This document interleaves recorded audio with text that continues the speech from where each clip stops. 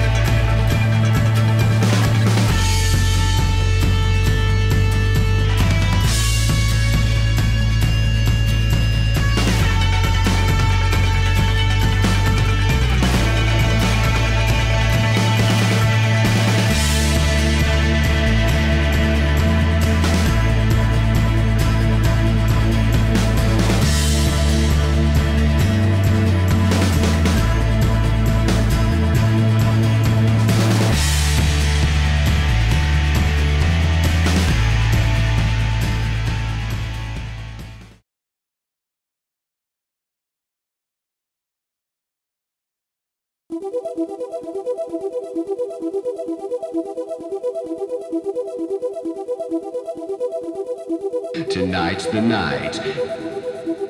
Get the tools. Let's go.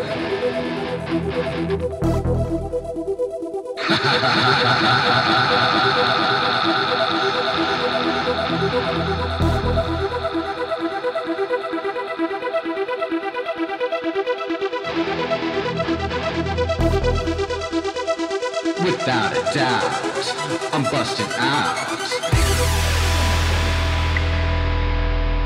I'm busting out.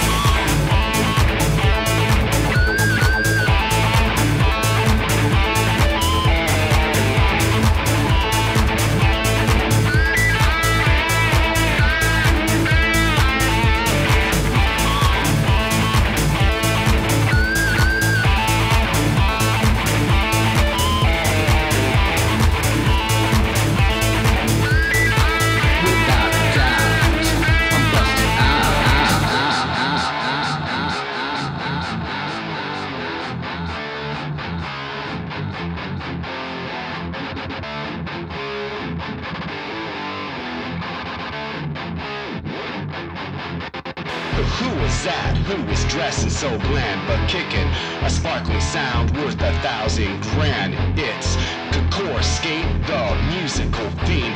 I can keep you up like too much caffeine. I mix on up, punk, rock and roll, throw in low fire just a touch of disco, and you'll jump right on the music radar like a blackbird built in the fog of war. So but bring the rain and adjust the treble.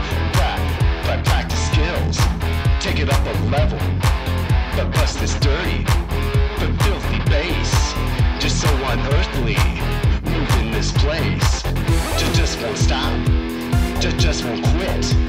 Just his hammer, too legit.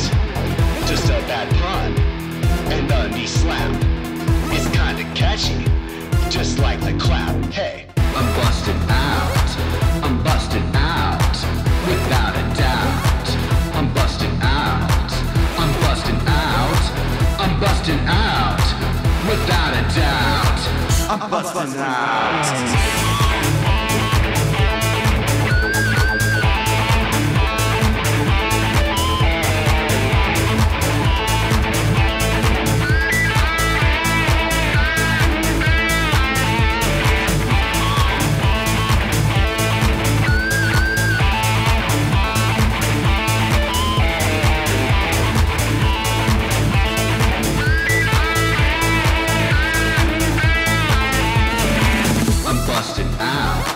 I'm busted out, without a doubt. I'm busted out, I'm busted out, I'm busted out, without a doubt. I'm busted out, I'm busted out.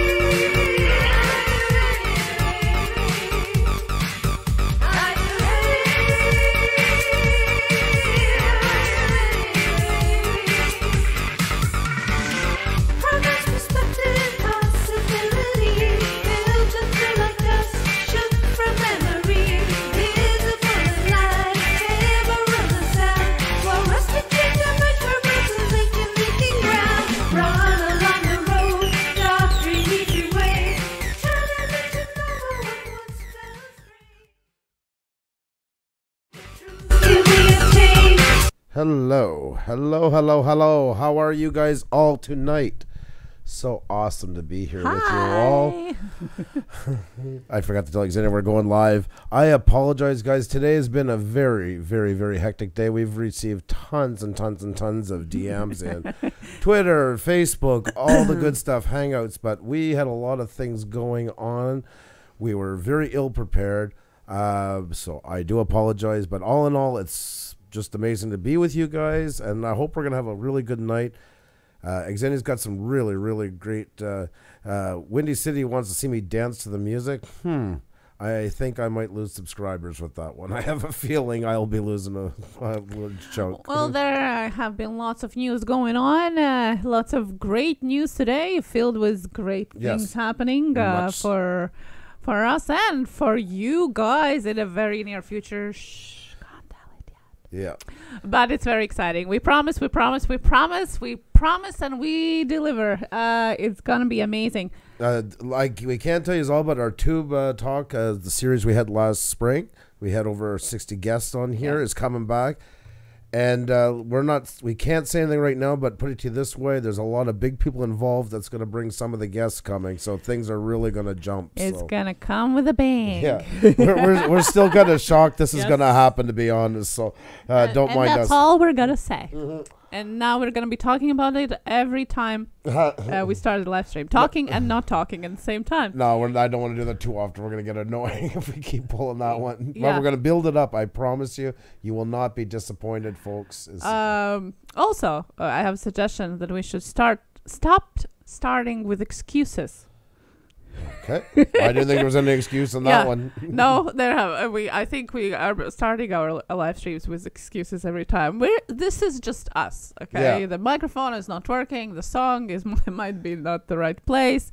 We forget that we're live. This is just us. Just Pretty get much. used to it. This is, I don't know which time is it that we're going live now, but this is pretty much how it happens. So no matter how much we prepare, there's going to be hiccups and glitches with it. Yeah, no excuses.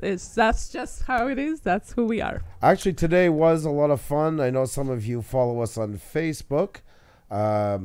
We finally got something today that we've needed for a while, and let's see here.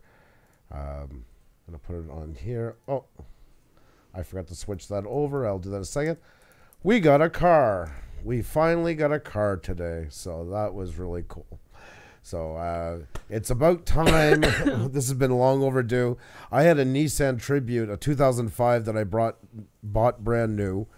Had until, 2 months ago? Yep. And I didn't want to let it go. They literally had to pull it out of my my grasping hands. But I'm not much for material things, but I got to say that vehicle has been my my one real keepsake, I think, through everything I've been through. But as you know, we inherited some vehicles from my cousin, and the truck was awesome, but it wasn't a good fit for the kids, too narrow in the back and stuff. So now we have a Nissan Murano, and my daughter was so excited when she got off the bus today that she had to run up to it in the rain and draw a happy face on the door. So I must say that before that we had a Mazda Tribute that was 13 years old. 13 years old. I bought a brand new in 2005, the first new vehicle I ever bought. So yeah. So we don't switch cars quite too often. They come and they stay with us till basically their very last end. Yeah. We take them right through there.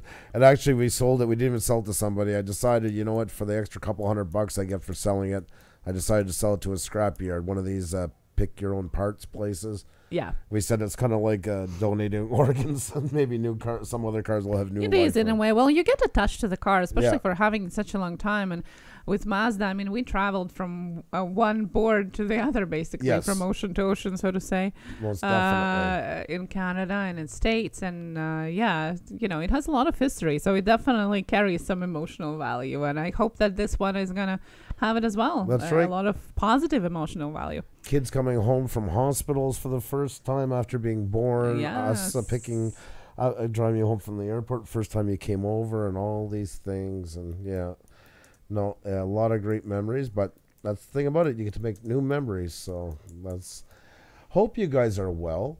I hope you guys have had great days. I hope the weather's been awesome for you. We've had a lot of rain, but you know what? Rain can be good. We need rain. It is better than the boiling heat we've had most of the summer, so I won't complain. I'll put it to you that way.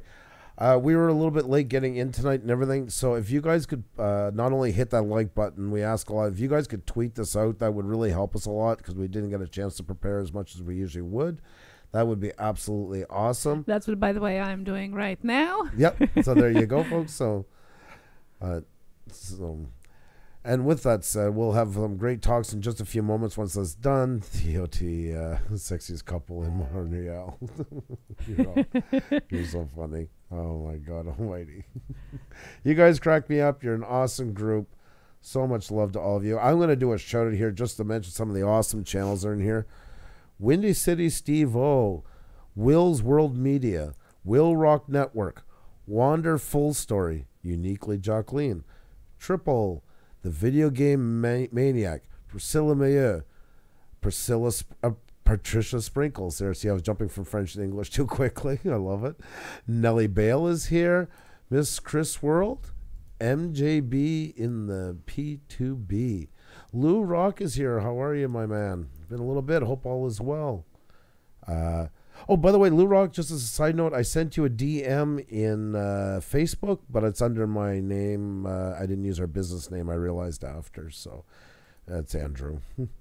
Local Fun Sisters, Lady Funko, Cobus Dubus, Kasumi is in the house. Jenny O'Brien is here. Jamaica Girl 123, Jada Diva reviews and tours. How are you? Insanity Baller is here. How to family. Heavy Metal Magnet. Hey, what's going on? It's been a couple of days, my man. Happy Trails Hiking. Gill Skills. Frozen Fury 009. The maniac on the guitar. Awesome guitar player. Marty from Down the Rabbit Hole, who sent such an awesome Blue Wrench. We're still enjoying your pick from the bathtub. Yes, that's right. That's all we're going to say. You're going to go and chuck it on our Twitter. That's right. Under the hashtag Blue Wrench Group. That was awesome. Dipper Dudes.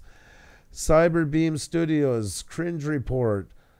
Cloak Collector. Brocknex is here. I hope your travels are going okay, my friend. Boss Girl YT. Beauty and Lifestyle. Barrel Boy Woods, A-OK Forging and Adventures, Anonymous Paranormal, Angel Dominique, Alejandro Perez, and Age Graceful. Awesome to have each and every one of you guys in here. So many awesome channels. And this one tonight, guys, Nerd of the North is here. I know, guys, if I missed anybody, please say hi, because I just was going by the list, which is not always the best place to find everybody. Undead Otter is here.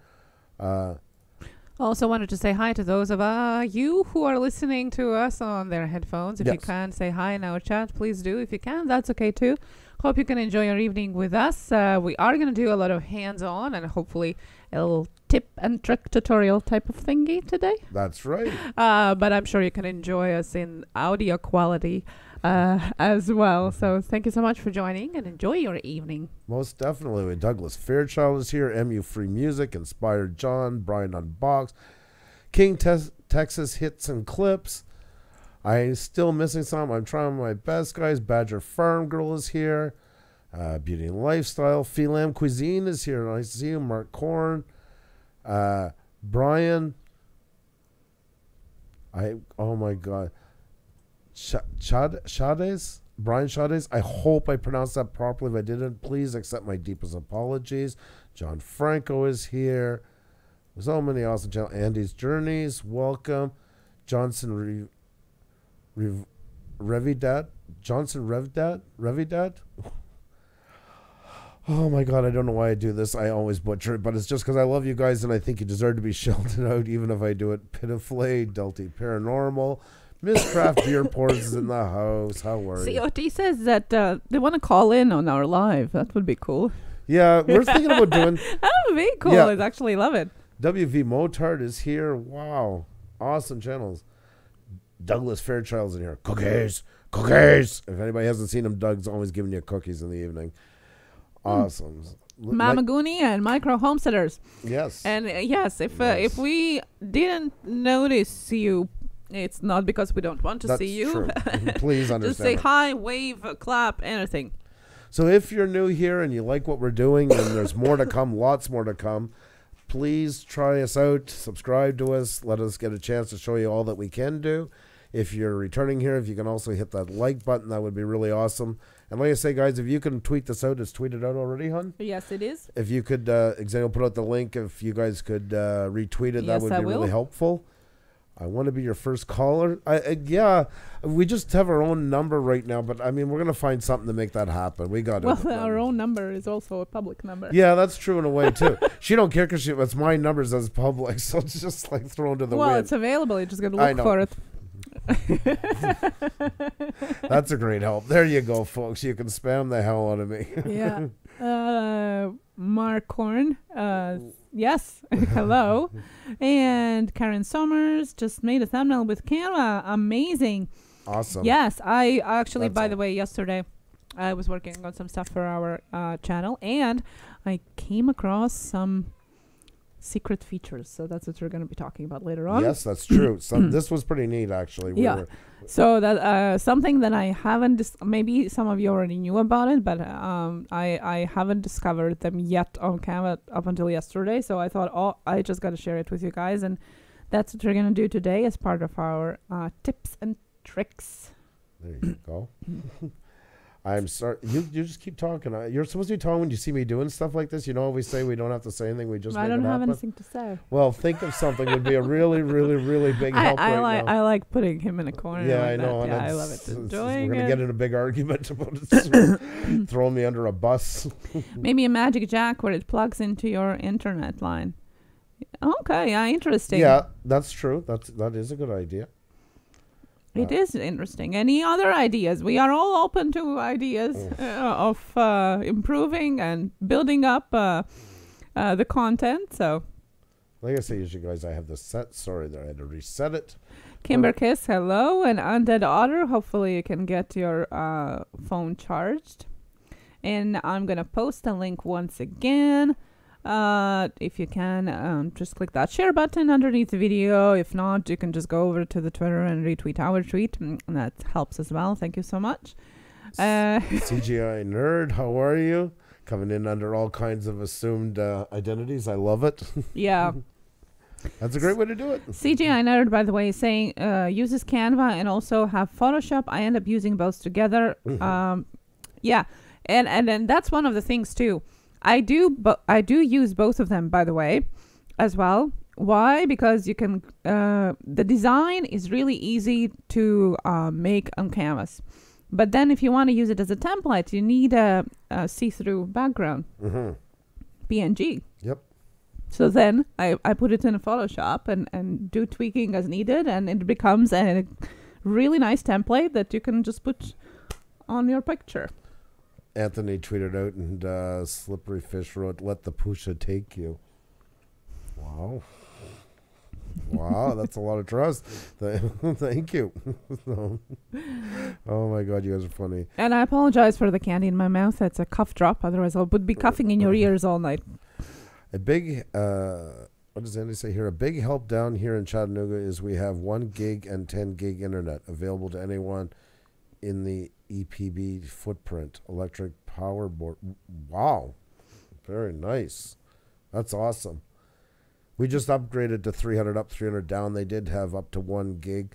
But yeah, that's really cool. Jeez. That's off to you. Have a safe flight, Brocknex. Oh, he's off. You take care, my friend. Headed to the plane. Lots of pictures. Yep. Keep in touch, please. Yes. Paulie's in the house. Paulie's in the house. How are you, Paulie? Awesome to see you. Always nice to see you. Sparkle by Monica is teaching me how to use the free Canva for my thumbnails, so this will be nice to know. Ginger Kitty ASMR wrote. Awesome. Would love an OBS tutorial in the future for YouTube talk. I would love you guys to do that. Yeah. I'm thinking of doing it. Like, I don't consider myself a professional. I kind of just jumped into it. I kept putting it off, not because it's not really hard. It's more just, I'm always one of those ones that everything's going on and I feel like I never get a chance to, like the right time to go into something. Because I don't want to do it half-assed. I want to really put my work into it. But It wasn't. It's not that bad. I'm really glad we switched. I cannot stress enough about that. It. Well, we can talk about our what we learned so far, as we always do. That's what it is. We are not experts, really. Yeah. We're not with millions of followers. We're learning and we're sharing as we go. And if we haven't covered it yet, it's not that we don't want to cover it. If there's something that we haven't been able to answer, there's tons and tons and tons of great tutorials. That's exactly, OBS was a great example of that. And that's the amazing thing about YouTube today. It is the second biggest search engine in the world for a reason. We were able to, I went in and not only get advice on it, but I got to search through many, many, many videos on it and find the one that was at the right pace for me, that explained it in the way that I could understand it the best. I have like this really bad attention deficit disorder. And when I look at a video and I see it's supposed to, like, how to get in OBS and it's an hour and 20 minutes long, like, I'm out because I'll never keep up with it. I'll do it 500 times playing back and forth and get so lost. Do you recommend any specific training video for OBS? Yes, I can get one for you. Actually, just give me a second. I'm going to bring one up. I think I have it still bookmarked. Hello, Sheila Davis and Ron Nitzel. Cuban Beauty, thank you so much for tweeted out this stream, and thank you everybody else who tweeted out and liked it. Thank you so much. YouTube is an up and down game, Mark Corn says. Well, yes, it's a marathon, that's for sure. You are here, if you're doing it seriously, it's you're here for a long run, and that's how you should be planning what you're doing, or looking at anything, numbers and videos, or what you're doing with it. Because that's exactly it. Yeah. But you always gotta remember it's a free platform for us. So I think oftentimes we too, like us as well, forget that it is a free platform. And it lets to do so much. Like look at this evening, how many amazing people we get to connect with from all over the world. I can't find it right now, guys, but I'm gonna find it. Hopefully you're subscribed to our Twitter as well. If I don't find it by the end of the episode, I will tweet it out, though. And it might not be the right one for you as well. And remember that. And there's nothing wrong with it. What speaks to me might be foreign to you and vice versa. And that's a good thing about YouTube, is you can find the right one that suits what you need. Because it is, like something like that, there's a lot of steps to it. Some people go too far, in my opinion, into the theory and every little point into it, and it's like, I don't need that. I want to get it going. I don't need to know all that right now. I can go back and find out if it's necessary. And some are the complete opposite, and just like, it's like bang, bang, bang, bang, and it's like, okay, glad you could do it in 35 seconds. I guess I'm just not that smart. So I'm always looking one that's kind of in the middle. That's what I go for. Something that will explain it, but without getting lost in the details. OBS is basically made up of a set of scenes and sources. Scenes are going to be on your left side. You create a new one. So, for instance, here is one scene, and this is us, and this is comprised of our video card, which is when you would go to sources. First thing I would add here was, let me just find the name. I can tell you exactly. Was a video capture device, which is going to be your camera. I put that one up. And then I did a PNG, which has transparency of our Puša Studios thumbnail, basically, because it's in 300 DPI, so it would fit in here. But I left it as a PNG, so it would be transparent on top. Put it here. So the first layer for sources in this scene, which I call us, is the video. And then the next one would be an image, which is the Puša Studios logo. So that's one scene. Now, if I jump here, this is another scene that I call us with chat. And this one here has the Puša Studios thumbnail, whichever one we're using for that night. And then over top of it, the next one is it's a browser link where you can't manipulate the browser. They'll only just show it. So that's why I use that one for our social blade. And we keep that for nights when we're doing shout outs. Then the next one is the chat. And that's just a window capture. And I use that. The window capture is a bit tricky because it will capture pretty much any window in Windows 10. But you have to, if you sat here, if I move the chat right now, I'll show you. If I slide it, see, it will move it here more and more and more. So you have to you can't really play with it much once it's up. That's, for instance, why I couldn't use browser on this one, because I need to scroll it when we're doing shout-out nights and stuff. And then at the top is the chat window at the top, and just below it is our camera. So those are just scenes as I'm jumping through right now, and it's done like Photoshop, just in layers. You can size them, and if you want to crop out parts, like here you see on the chat, you don't see the top part of the banner, and that you just go and hold your Alt button and then click onto it, and then when you drag the sides, instead of it resizing it, it just crops it in and out. Crafty Creator says, I've been trying OBS for about 2 months now, but I'm still inconsistent with the audio. I'd like to get more information on that sometime. I think what Crafty Creators is referring to, and she had the same basically question when we had Neil and Sean on that stream about OBS. It's about the basic settings. Okay. In OBS, you're going to go to your I would share screen, but I'm not sure yet how to do it and still show OBS. That's where I'm having the most trouble, because then it shows like infinity windows into it. See, there's something I just haven't had a chance to learn yet. I wish I could. You can change how the browser elements show things in your CSS Puša Studios. The same goes for the YouTube chat. Really? Mark, do we have you on Twitter? I'm sorry, I have the worst memory in the world. If we do, could you message me? If we don't, could you follow us, and we'll follow you if we haven't already? I'd like to talk to you a little bit more about that. That'd be awesome.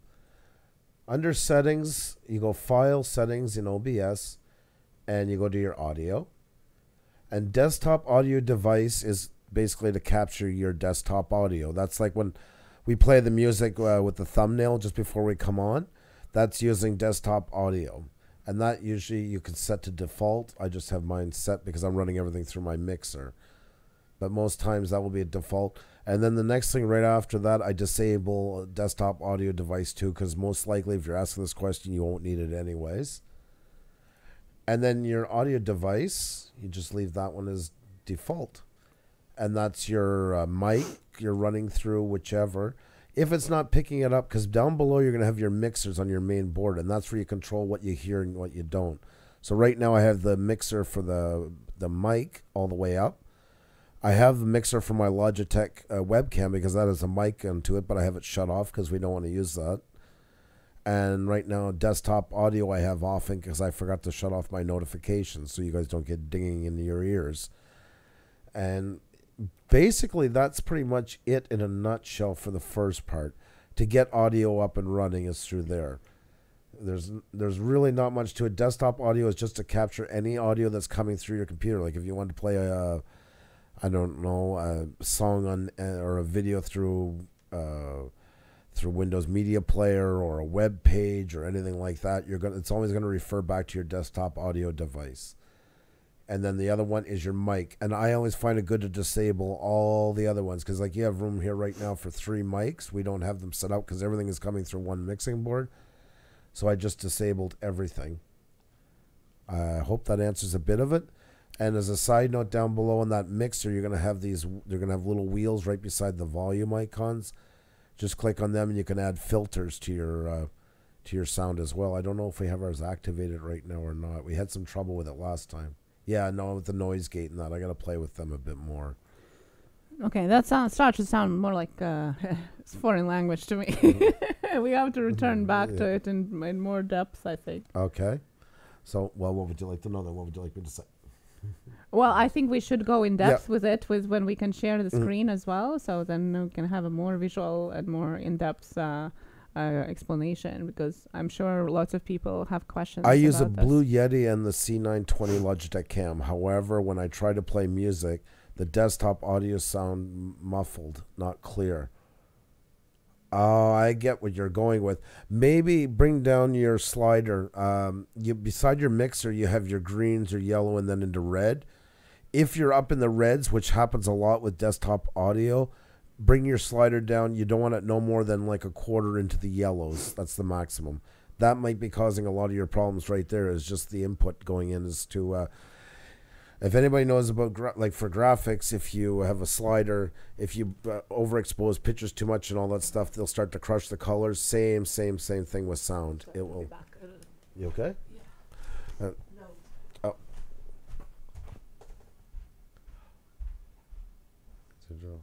Oh, and like I say, Crafty Creators, that's what I would do. Definitely check out that slider. That's probably your first one that you got. So, Mark, you dropped the tweet. Thank you so much. Definitely, we'll talk about that. We don't have all the answers, guys. We're the first ones to say it. We're learning as we go. OBS was something I've never dabbled into. It is doing what we want to do, but I wanted to do it better. So I'm always looking to learn new tips and tricks about it. So I really appreciate any input from you guys. Is your mic long? Your cord long enough? You okay? Yeah, it's all good. Thank you. Okay. CJ Einer was asking before, does the window have to be visible on your screen to be able to display it? Yes, except for when it's an integrated browser. But now, somebody like Mark might have a way of getting around that. That's what I'm hoping for, because that is a hard part of it. Like right now, if I was to share the chat screen, I have the chat window up here, and I have everything in a separate window, which can be kind of hard as well. So when I go to here, you see this? I can jump tabs between that same one, but I have to have it up. If you close it down, it will still show it for a bit, and then it usually kind of messes up. So there's got to be a better way to do it. And like I say, I just kind of jumped in with it both feet. So always working to be better. That's right. I like that. Happy trails hiking. # always working to be better. Love that. So I'm just copying all the questions, and I'm gonna pass them to you as we go, okay, in the order that they came. Can I just address something just Nellie said here? Because this really caught my eye. How do you gain the confidence to put yourselves on the internet? Yeah, that's a good question. I love that. Yep. Do you have that one copied already or not? Because otherwise I can take it right now. Yeah, take it right now. I really love that question. I mean, because that applies to everybody on here. And I think everybody has a different answer to doing that. It's not an easy place to just go put yourself out here. And even we kind of take it for granted sometimes how we just put ourselves out in the light. Once you're up here, it's up here. And you open yourselves up to all the great things that you can get from people and, unfortunately, some of the bad things as well. But I think the confidence comes from just finding where you feel you fit into all of this, and then attracting the people that appreciate how you fit into it. And accepting the fact that you will not be all things to all people. There's no way you can appeal to everybody. Even take PewDiePie, who is like, 68 million now or something. There's over 1 billion accounts here on YouTube. Yes, some of them are dead and dormant. And even he's got a lot of following that are dead and dormant accounts. But yeah, it's believing that you have something to give to the world and finding those people that want to hear it. And don't feel down if not everybody likes you. Be proud in that you cannot. Be proud of the ones that you do attract. Be proud of the ones that do appreciate your message. Xenia and I were just talking about that the other night. We have these openings now because we want to get back into more video editing and we're starting to show them, and it gives everybody a chance to meet. That's why we start a little bit early with the countdown, and it gets everybody more excited for here, and it gets everybody more ready to go once we start. We get more people in there sometimes than we ever got in a week. Yes. And it blows me away. It really does. You'll see I pasted a comment every 4 minutes or so for the night, just before we go on, because we're running around getting mics ready and all that stuff. And I'm like, I can't believe this. When did this ever happen? But there are people that are going to really not like what we do, and we're okay with that. Because we can't be everything to everybody, and that's not a bad thing. You can only do so much. Happy Trails Hiking says the answer to that: have a supportive group, make a huge difference in confidence. Thank you. Yep. And we agree. Definitely growing as a community is definitely helpful, and we hope that we can provide some support where we can. Yep. And you guys are giving a lot back as well. See, we already learned even tonight that's some right. new things that we just started. So it's my two main things, I think, that I try to say to those who DM us with I just started the channel. How do I do this? Be you. If you're trying to put the persona on, really think, can you do it? Because it takes a lot out of you to be out there, so to say, out in the open. And I think it is easier when it's you. Because you are you. You don't have to apologize about what you are, because you are you. If somebody doesn't like it, they can go and watch something else, right? So that's one thing. And the other thing is, and I keep repeating myself, but YouTube is the same as it is life. It's a two-way street. Yeah. You might think it's just online and it's just, different numbers and different names and profile pictures, but it's people. At the end of it all, it's people. And the two-way street, the same as it works in life, pretty much works the same way here as well. And I think, for me, at least, that's the key to... It's the key to answer to your question. That's pretty much it in a nutshell. Philosophically speaking. It takes a lot to get out here, but just remember, you can get a lot out of it too, and that's the nice thing about it. There is a reward in all of it.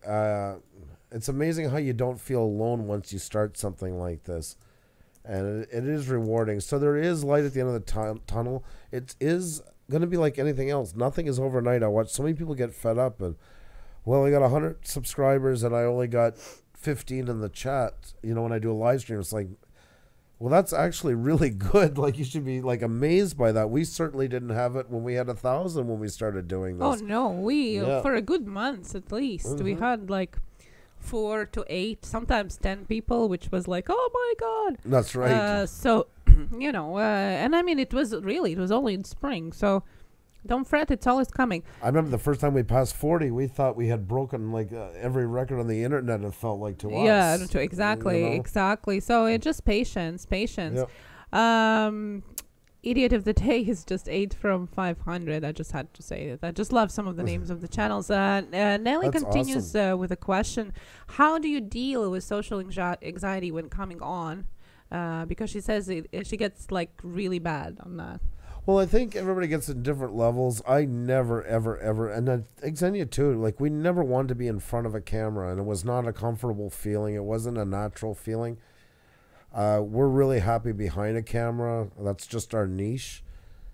But you just kind of, I find, like, if I've ever had to do a hard video, I've shut off the chat, but I still go live instead of recording it. Because I've actually find once you get over that initial hump of that, you feel a real connection. Even if you can't see the person's name, they're out there. And it really does help you get over it. The first part can be scary. We used to joke sometimes we look like the beginning of Armageddon, the movie, when we would start a live stream. We'd sit here hold hands and like, oh God, here we go. I hope somebody comes and this could all bomb and maybe they don't like what we're doing. I mean, we're human. Everybody has those doubts. Trying not to be defined by those doubts is the most important part. It's okay to feel nervous about something. I tend to not like feeling nervous keep me from doing something though, but it doesn't mean it's easy.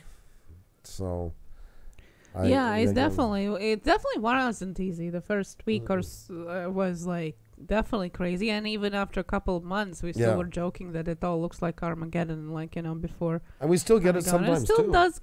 It still does get there. Streaming every day. Well, almost every day, we started really fast and jumped right in it with 2 feet, basically with both feet.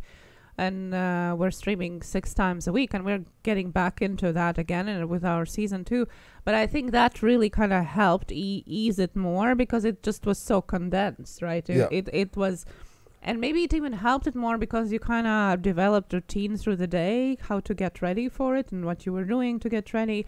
So it was kind of part of your day, right? Because we were streaming 6 times a week, So every day you already know what to expect, what to do to feel better, kind of thing. So I think that helped. I don't know if we would be doing it only once in 2 weeks, probably would linger more, and we would still be a lot more nervous. Variety Girl 1 says, I do look at if there are people there, but I try to keep streaming even if 0 people show up. That is so important. I forget who I was. I was a panel the other night, I think. Way to go. Yep. We were talking about that on a panel the other night. There was me and Green Bay and Cab and WI Edibles and Micro Homesteaders. And we were talking about that. I said that's one of the things that drives me crazy is somebody's live streaming and they're not having as much of a turnover as they want. And they sit there and basically, well, I like to go on about it, but there's only 10 in here and la la la la. That has got to be what a way to treat those people that came in to see you. Nothing drives me crazier than that. You can say, come on, guys, I hope we can tweet this out and get out to more people. I want more people to see all your lovely faces and stuff. Keep a good morale. But when you sit there and makes people feel bad, like they didn't pull their weight enough to get enough people in there, or by them being there is not enough, is to me one of the worst things you can do to your audience. And the second part of it is, as I've seen this too, well, yeah, we had kind of a good show tonight, but you know what? There's only 5 or 10, why keep the stream going and all that? So it is very disrespectful for those who actually are coming. Mm-hmm. Whatever the case, if you ever feel not comfortable, and sometimes we've had it 1 or 2 nights, not because there was actually a lot of people, that was the strange part, and we just weren't on our game, we couldn't make it work, and we were just very honest and said, guys, you know what, tonight we're having a little bit of difficulties. It's nothing to do with you guys. So much love to you. You guys just deserve better from us than this. We had a rough day, whatever. And hopefully we can try it again tomorrow night, and we can bring a great energy for you guys. I do not believe in ever guilting people in for this, what my channel is doing, ever. Even if there was one person in here, I thank that one person for helping us have an audience. It's as simple as that. How big do you need to be to stream? We're only at 186 subs. I'm always terrified to be streaming alone. I forget how big do you have. I can check that out. But yes, you have to reach a certain amount of subscribers. I will get back to that. Budget Bushcraft, love you too, buddy. Yeah, Stacey Morgan, hello, by the way. And Undead Otter got to 400 people. I just wanted to add, if we would have given up in that month when we had 4 to 8 people, we never would have gotten to today with the great news that we had today. So don't give up, just keep on rolling. We've said that before, like whether you make videos or you do live streams, as soon as you have one person subscribe, you already have a fan. And more fans will come, and just keep putting your best foot forward. Treat everything, and this is something that, sorry. The voting for saying Yankees' name is going on right now. What? Yeah, I guess I'm unaware. I wasn't on Twitter today, so sorry. I'm not really either write it in or message me on Twitter because I don't really know what it is about. I would love to know. Yeah, sorry, we really had a lot going on today, so we fell way behind on social media stuff. So, always, guys, put your best foot forward because you never know when you're just going to blow right off the charts. But even if you don't, in the end, you can say to yourself, I did my best work that I could, and that does not mean breaking the bank, folks. I cannot stress that enough. You do not need to go broke to be on YouTube. That's a myth. Work with what you got. Slowly upgrade. Make it the best so that you can with what you got is the key. Content is king. I always use that example. How many times in the news have you seen this like awful God-looking cell phone coverage of a robbery or a car crash or something, and it's got 2 million views? Why? Because there's a good story there. That's exactly why. Nobody was saying, well, he wasn't really holding the camera properly, and I maybe he should have laid on the ground and caught a more upper angle, or why did he only do it in 360 instead of 720 or 1080? Nobody cares at that point because it's an awesome story. I'm not saying to do bad content. I'm saying make your story front and center. And even in live streams, I've showed you guys the janky setup we had, a great mic, a Rode mic, but it's portable. And it was sitting there being clipped onto a set of Allen keys. We used it for almost 100 live streams or more. It did the job. We didn't know if this was going to work out. We took a long time, and then we started getting PayPals, Super Chats, put in some of our own money, and started upgrading this stuff. But we're still not going to go out and spend $25,000 on a set. It's not there yet. Maybe it might be one day. Maybe it won't. But we do try to give you guys the best show you can get within our means, and we're going to keep growing with it like that. But baby steps, and always appreciate your audience, guys, whether it's a video, whether it's a live stream. Never, ever, ever take them for granted because they're the ones who make you what you are. You can have all the great content in the world, but if nobody's there to watch it, what is the point? Sparky, I use a $40 Logitech cam to do my own my live streams, and one light, and I stream everyone's. There you go. See, that's right. Exactly, works fine. That's right, 100%. You don't need to break because we had a business in Iceland doing weddings, and how many times, hun, did we see a tour group? Oh yes. You can tell right away the doctor, the lawyer who has more money than skills, and he gets off and he has literally like $20,000 worth of camera and glass hanging around his neck, like 4 cameras, every lens going. And you see the pictures after, and like honestly, you could have taken most of them with a point and shoot and got the exact same look. You can have all the money in the world, all the gear in the world, but if you don't have that vision, that look. Today, a lot of people were mentioning in the main one, I just showed you guys a clip of the picture. I don't do a lot of photography. That's Xenia's game. But you see this picture of the car that I showed you a while ago. Sometimes just crouching down a little bit. You don't need to lay on the ground and make a spectacle of yourself.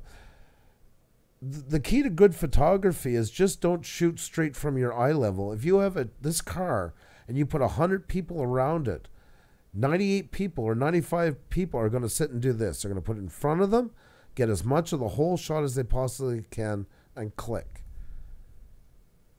An eye for great views is literally just doing what those 95 people don't do. Just crouch down a little bit. Hold the camera more towards your chest. Lean back a little bit. Make it interesting. Because in straight on, it's nice. Okay, they got a car. But here, it just gives it that little bit more of an angle that it draws you in. There's a little more drama to it, a little more connection with it, a little more intrigue. That's little things like that go a long way. There's tons of courses out there as well onto that kind of stuff. So many great resources. I'm so lucky with the shape that YouTube's into today for getting advice on everything we can do here. And double and triple and quadruple check it because people get stuff wrong. We're not perfect. We might say something wrong. Don't be shy. And if it's one thing to have difference of opinions, but read through the material and see which one you think sticks best with you. I'm sorry, hon. Yeah, I'm just trying to see what have changed because I know that now you can live stream with under 1,000 subscribers. When we started, you had to be 1,000. And that's how we actually celebrated our 1,000 subscribers is by going on a live stream. But I know that YouTube have dropped this requirement now, but I'm not really sure. So if everybody knows now what is the difference now, is there any difference? Because since they enabled the new Go Live icon on the top right part of your screen, I think now basically everybody can go streaming, no? Pretty much. Yeah, well, correct me if I'm wrong, because as I said, I'm not sure, and you can go and see that on your own channel. By the way, if you go on the Creator Studio and go into channel settings, you can see enable live chat, and you're going to be able to see if you have the requirements to do that or not. So that would probably, because I tried to find the exact answer about it, and it's and there are different answers. Conflicting reports. That's the life of being on YouTube. Mark Korn says there is no requirement. Yeah, well, that's what I thought that by implementing that little button on top of the screen, it actually have changed it. Yeah. And Happy Trail says you have to be a verified channel. Verified in what meaning? I think with the 100 subscribers where you can verify yourself, you can pick your own channel name and be verified. I'm not sure. I think not, because I have seen other people that don't have it yet and still streaming. Okay. The CGI also said, I'm not sure, but I know Penny's channel can go live well before she hits 100. That's right. Oh. I think that when they did implement that little button on top of the screen that you can just press and go live without Hangouts, like directly live, I think that kind of made that requirement go away. I'm Sylvia W. says, I have a new channel. Got to figure it out, Puša Studios, and verified. Yeah, so go in your channel settings, and it will show you different, like, squares, for super chat, for monetization, and, most of them are going to be disabled if you're a small channel, and then there's one for live streaming. By the way, we have lots of great people coming in. Dion Lionheart is in here. Polly Newman as well. And yes, I'm up and down. I don't know. I thought I was feeling better, but today it's kind of coming back again. Well, we had a lot of couple, and the weather's been really bad and stuff like that. So Chris and Claudine Penna is in here. Welcome.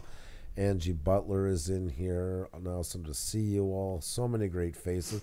Guys, if you haven't hit that like button, if you can. Also, we were a bit late to the game tonight. If you could tweet this out, that would be really, really appreciated tonight. Would help us out. And if you're new here and you like what we're doing, we have lots more to come. We have shout-out nights, big interviews.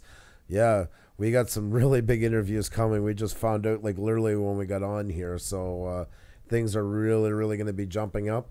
Looking so forward to all that. Polly, I guess I should repaint your name. Stacy's talking. Sorry, guys. I didn't mean to jump in on your conversation. My son will be here in a minute. Show him some love, too. Undead Otter said, well, for sure. Definitely. And guys, too, always don't be shy. Keep meeting each other and stuff like that. And tonight we're giving tips and talking about all kinds of things YouTube. You guys have information that you can help people with. We plead with you to be as helpful as possible. That is awesome. That's what it's all about. Always just remember, and we've never had that problem before. I'm just saying it because we have lots of new ones all the time now. Just remember to be respectful. We don't want to degrade anybody. We want everybody to grow in here. That's what it's all about. Regan's Life, Laugh, Love. How are you? Hello, my awesome creators. That's right. That's what's so cool about this. This is like a brainstorming session. I love Tech Talk Tuesdays for that simple reason. We have JB's Adventures is in here, doing awesome now that you're here, because I love seeing all you guys. Kira May, thank you for hosting these streams. Well, thank you for attending these streams. Every compliment you can give us, guys, we can throw right back at you, because this is as co-op as it gets, and I absolutely love it. Did I miss the best tips? No, Kathy's Creative Life. Not in the least. And we're going to keep talking about them. Like, Xenia has some more questions saved already. We were just discussing live streaming on YouTube. That was actually a really good question. I like that about...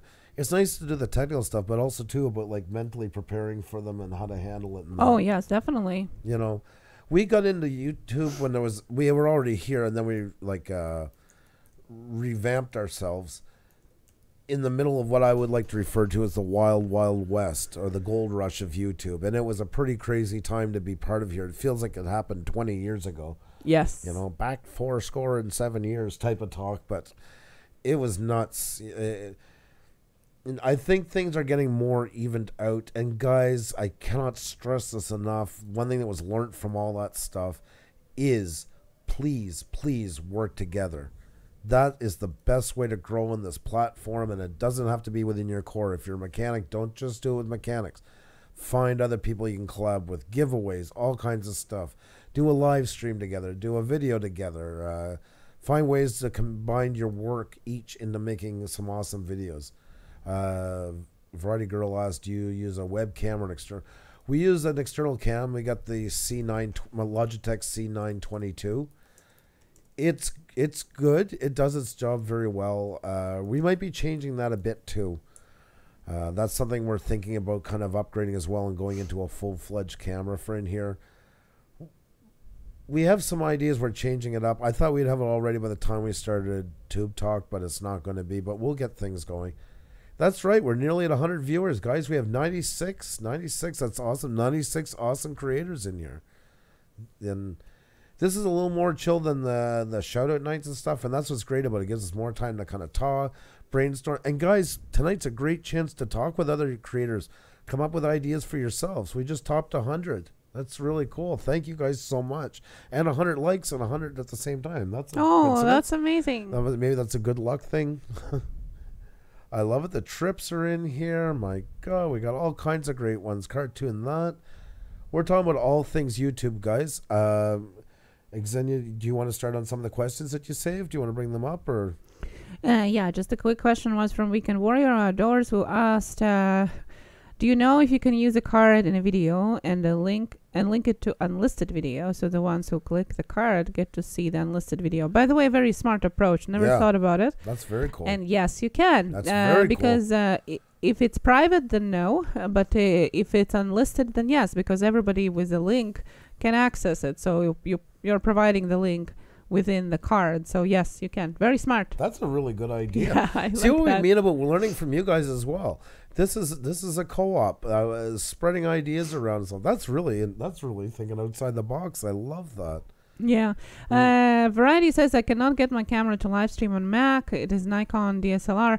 Not familiar with Nikon DSLR live streaming abilities, but I can tell you that I have Sony A6, and I know that I can't live stream with it because it doesn't have the live streaming abilities. I can share the screen and all that, but I can't live stream with that. So look it up online. I'm sure there's going to be more information. Maybe just your exact model is not made to work for that.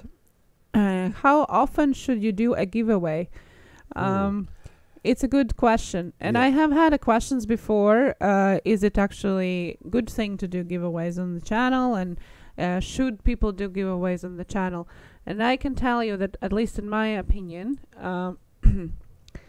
unless you're giving out 4K, at least 30-inch TV, the giveaway is going to be more geared to your established subscribers. So it is more going to work as a thank you thing. Okay, maybe it's going to do a little bit more views on the particular video, but nevertheless, it's still more focused on the people that are already following you.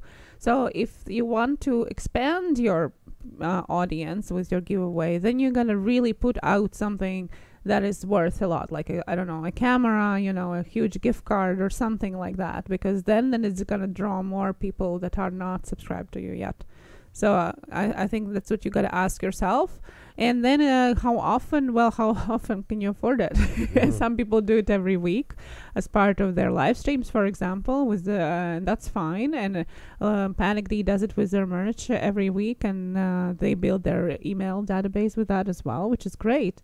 So it depends, who do you do it for, why do you do it, and then that, I think, is going to answer the question for you. And if you are going bigger product, and I've seen some people do that too, you got to market the hell of it, or once again, you've just spent on a bigger product to do the exact same thing that you would have gotten with a smaller product and done, like Xenia said, just hitting your core group. Make sure your return on investment is going to pay off for doing it. There's a myth on YouTube, like a lot of other places, that build it and they will come, and that doesn't always work out as we hoped.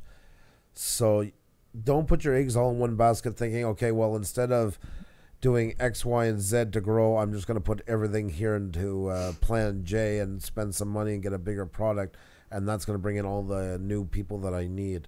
Because I have seen that really, really backfire. It can go great, don't get me wrong, but don't think it's the holy grail. It can really backfire, and then you'll have a very happy audience. But if you're doing it to try and bring in 100 new subscribers on your live streams and you end up giving it to 10 that you already had, it's a lot of money to put out there not to get anything back onto it as far as new subscribers. So go ahead. Wonderful story just quoted. Yes, the only requirements are verified channel and no live stream restrictions in the last 90 days. Verified, you just gotta basically apply for it with your phone number. Thank you so much. Wonderful story. And that's exactly what happened when they implemented that new button. See, feel old already because we started, but it still was 1,000 subscriber requirement. And Kathy's Creative Life is talking about spam folder for subscriptions. I don't know about spam folder for subscriptions. There's spam folder for spam mail where all your spam mail is going to go. Sometimes rightfully so, and sometimes not so. So check it out, and there's probably some comments hiding there. Haven't heard about subscription spam. So if anybody knows about that would be interesting to know. Nellie says, I think people shouldn't put giveaway in the thumbnail, says it within a video, so you don't get people just come in for that. Well, that's kind of tricky because that's half the point, especially if you're putting up bigger prizes. The point is to attract new people. But you're right, there's a lot going to come in that might not come back again. It's but that happens in any time of giveaway. You think of it like when you how many times you go into a department store and they say, oh, sign up here and you have a chance to win a free, I don't know, gift bag or computer, whatever. There's lots of them doing that have no intentions of keeping in touch with them. It's once again that theory of putting out a big net to catch some great fish. But there's no guaranteed return on investment for it. It could... Don't bankrupt yourself thinking this is my only chance this year to try and grow my channel and putting every cent I got into this prize to do it. Because I've seen people do that and end up with barely any interest whatsoever because it wasn't marketed, probably didn't give themselves enough time, or it just didn't take. And it's a lot of, it's a hard thing to swallow. Then, like when you sit down and say, "Wow, I just blew $500 or $800 or whatever." And I got 7 new subscribers out of it, roughly. Well, yeah, it's a gamble, definitely, but I would put it left and center, and yeah, because if you're gone into it, you might as well promoted the hell out of it. I mean, you want to get those people coming, and no matter why they're coming, you want them getting on that video, so they might, subscribe to you in the meantime. I think Paulie said he's out of his mind today and just apologized to us. Why? I don't know. I never has to apologize as long as he's in here. Oh my God, that's the main thing. But yeah, wonderful story again. Thank you so much. YouTube.com/verify. You got to provide the phone number for account verification code by voice call or SMS, and then you can upload videos longer than 15 minutes, live stream, and so on. So there you go. They answered your question. If you can't live stream just yet, go to youtube.com/verify and enter your phone number and you're good to go. Thank you so much. Wonderful story. Thank you very much. I want to just read what Miss Craft Beer Pours said here, or Trish. Here's what the giveaways help with for us personally. We never ask, but we end up having them make videos, which adds extra promotion. When everyone orders the stickers on merch, almost all have dropped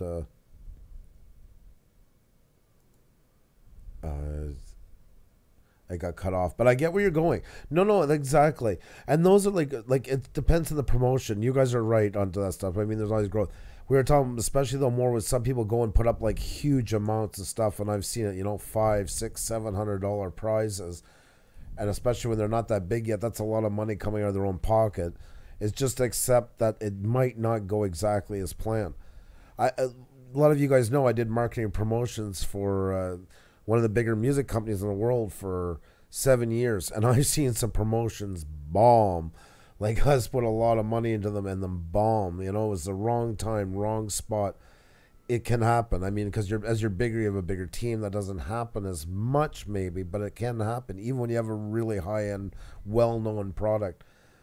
But when you're just some get a bit of the YouTube fever and run so fast with it that, you don't give yourself time to grow in here. And that's with RB Gaming was asking, you had asked, he said, is it possible to hit 2,000 subs by Christmas? He's got 1.1. Well, you can hit 2,000 subs tomorrow morning when you wake up. A video takes off, somebody shares it on Facebook. It can happen overnight. Be ready for it when it comes. But is it always the way? Not necessarily, but yeah, and like Craft Beer Pours, Miss Craft Beer Pours was saying, yes, people oftentimes do like mail opening videos and things like that. And if you can prompt, if you have a community already established, you're most likely they're going to be doing it anyway. Yeah. But if you're just building community, you can prompt them to do that. Would like to see a video or a post on Twitter or something, wearing my shirt or whatever you're giving away, and create a special hashtag that is just for that. Yep. And post a picture with our merch with a hashtag, RB Gaming Hello or something. Yep. and then repost it. Like Trish and them, they got good marketing. Plus, they're also very engaged with their audience. Yeah. That's their key to growing their channel, and it really, really works. They really put the energy and the love into it.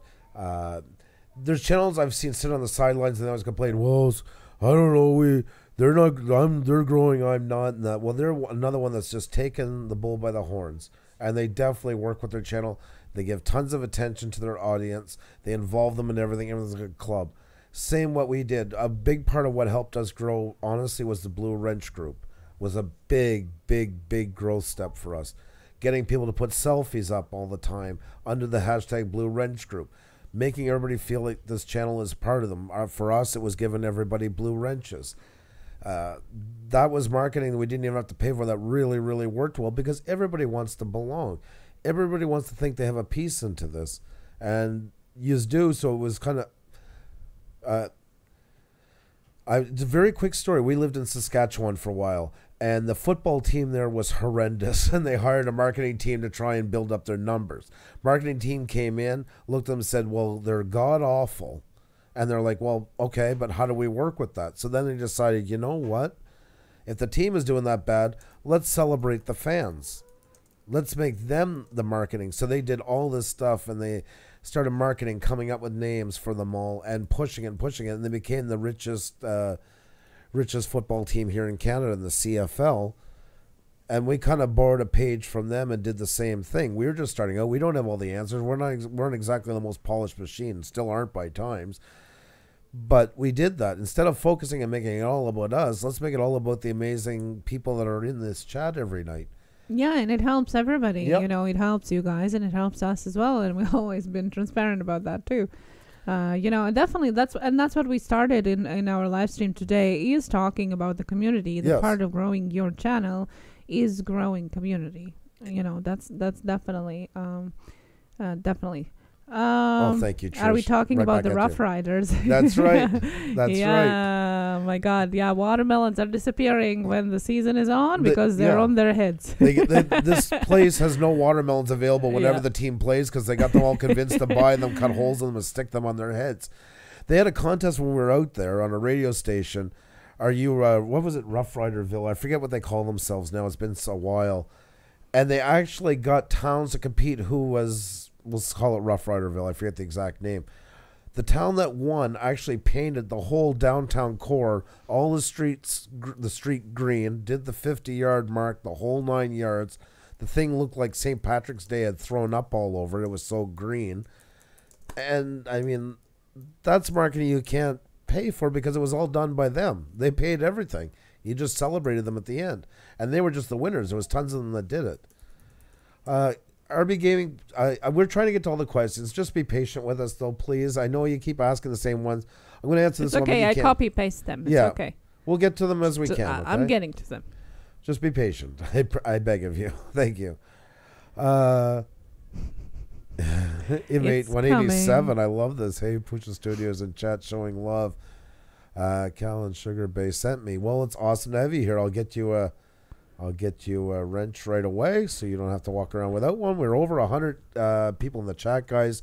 We have 111 likes. I'm just taking a second to say if you haven't hit that like button and you can, I would really appreciate it. If you're new here and you like what we're doing, hope you can subscribe. And also if you can tweet out this live stream, that would be absolutely phenomenal. Oh, Polly, you're not out of it. You want our merchies. Yes, I love that. You want our merchies. That's right. Our merchies is coming. Yep. Season 2 officially is going to start. Then our merchies is going to come. Very exciting. ATGH, by the way, is going to be right back. And it's awesome to have you here. I want to say a while ago, sorry, when I was explaining that, I seen you passing by. Always great GH Aquatics is so happy. Finally got the OBS working. So that's amazing. Congratulations. Oh, Gemma, that's awful. Yes. And I just wanted to say, you know, Nelly was asking about anxiety through streaming, and I wanted to bring up Gemma before even she came in today, because Gemma is the epitome of example of how to overcome your anxiety of live streaming or anxiety altogether and just take the bull by the horns and go at it, you know. Go and check her channel out, Gemma Autism. She's amazing in that and really good example. And I do feel bad for people out there that feel like they have to be trolling anybody, really. Some people just don't have anything better to do. Please don't take it personally. They're just people who have problems themselves that have to be fixed. You know, that's something when we were talking about community and building up, and now you see we usually start about 20 minutes prior to us going on. And I had somebody ask me the other night, like, aren't you worried, you know, about trolls and stuff? I feel very bad for a troll that comes in here because we always say give a chance. We don't want, you know, we've had some people who start off as trolls and became very loyal followers. Yes. But if they don't get the message, I told them, I said, it looks like a firing squad in here when it goes off. Everybody's got wrenches, and because we use that kind of clean city initiative where everybody has wrenches and taking pride in their city, nobody wants that kind of garbage in their back door, and you guys just hammer them. So when somebody really pushes it too far, I sometimes try not to laugh when we're talking here. We have a guest, and I'll see like 12 people just nailed them to a wall. I can almost picture it like a movie, like the Terminator, when they're going down. So you guys are absolutely awesome. And I always want you guys to take pride in being here because you guys made it. That's what I love about it. Well, yeah, I mean, for those that are joining new, our Blue Ranch is not a status, it's philosophy. Trish Miss Craft Beer Pours, they wouldn't last a minute. That's about the size of it. And how much more prouder can you be of your channel? And as we get to meet more channels and newer channels of different sizes, I'm really proud when I get to say stuff like that. That's what makes me feel that we have all together built something great, and I hope it continues on into your live streams and stuff as well, or if your videos, either way, that your audience always feels a part of it. Is so important to include them in everything because they're the ones who make you what you are. Like we have 103 people in here right now. That's not us cloning ourselves 99 times. That's a bunch of amazing people with so many things they could watch on here. Says, you know what? I'm going to watch Andrew and them kind of go and fluke their way through and live streaming, and I'll get a kick out of watching the two of us go at it. It's really cool. And they come to see you guys as well. We're just the ones who host it. They come to see all you guys in here and that. I mean, we're the luckiest people on the face of the earth to have what we have. It really means a lot. Somebody said we're getting close to 3,400. Yeah, we're getting there. Yeah, insanity baller. Yeah, I have a... Thank you, Pauline. Yeah, it's coming back. Dion Lionheart, yes. Sugar Babe, Pam M. Steph Opel, hello. Hey, how Jeannie are Bear. Welcome to Nina Leonard and Nature Bound. What if I said just giving them time out straightens them out right away? That's right. And I don't believe in banning somebody right away unless they say something racist, very vulgar, insult somebody here directly in the chat. If they insult me, I can live with it. Because we've all been down those roads, and I made tons of mistakes. Give somebody a chance.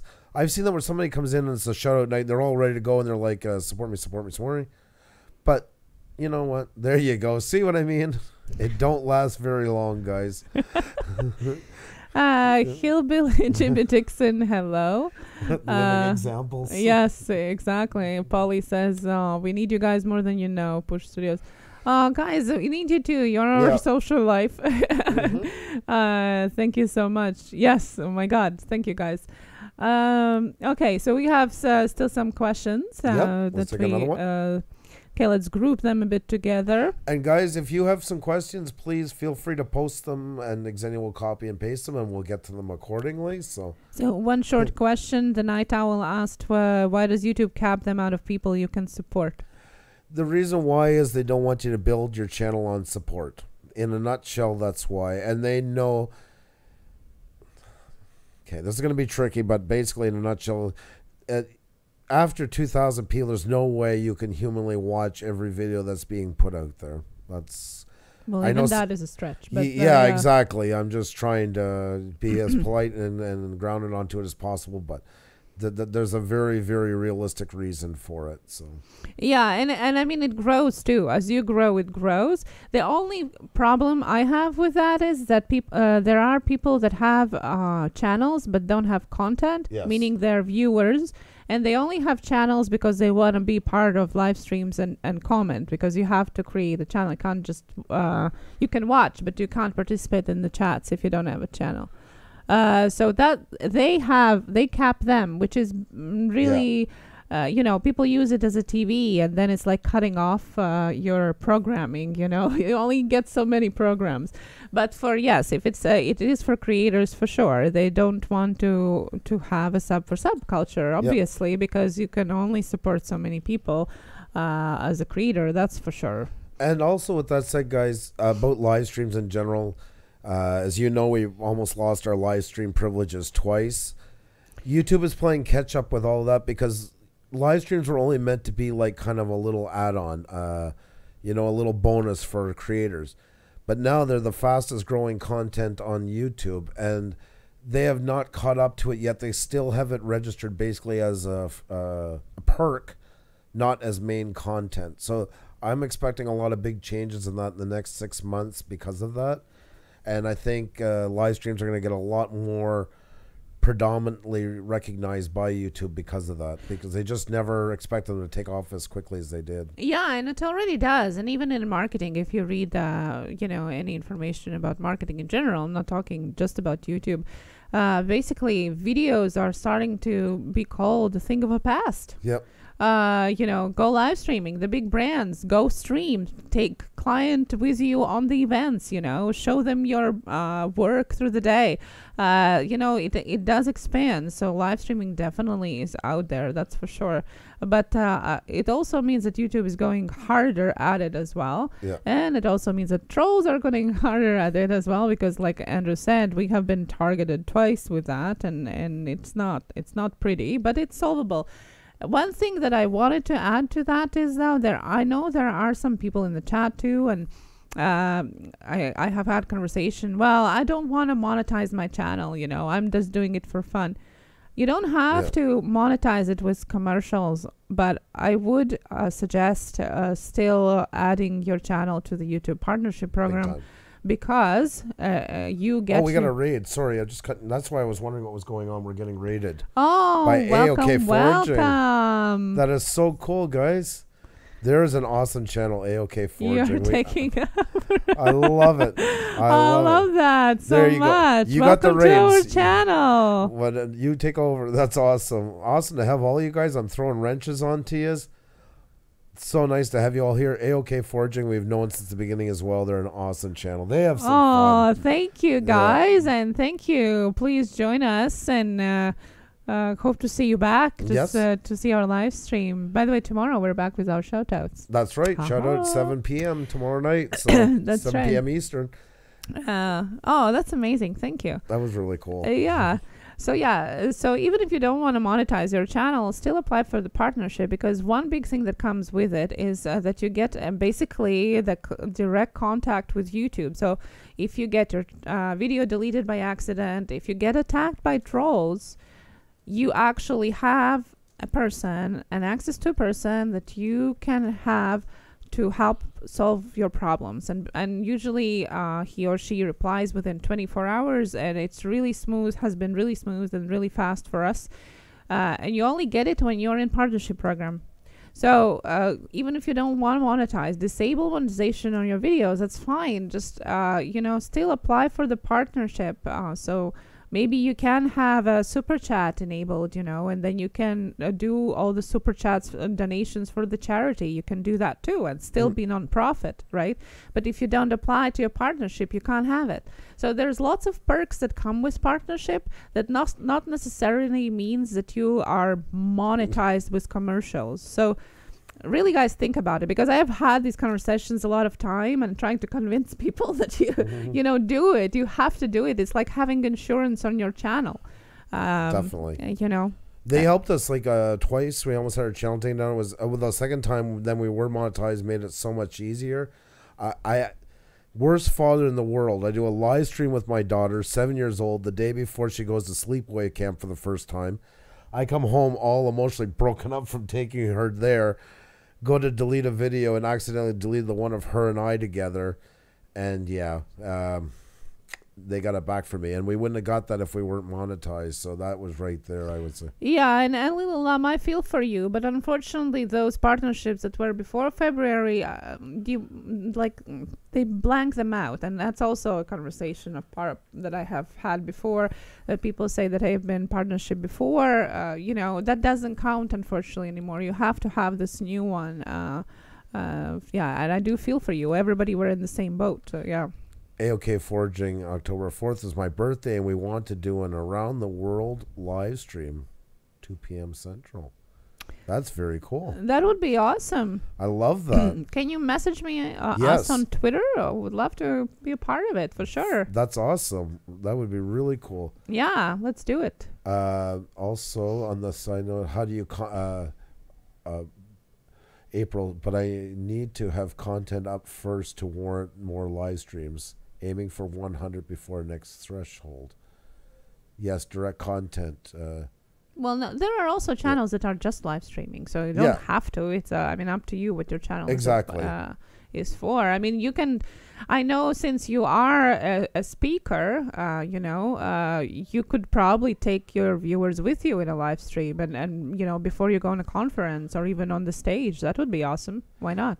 Regan Live Laugh Love YouTube offers creator courses. They teach you everything. I have a certificate for one so far. Exactly. Very good. Yes, I'm awesome. Part of it too. Yep.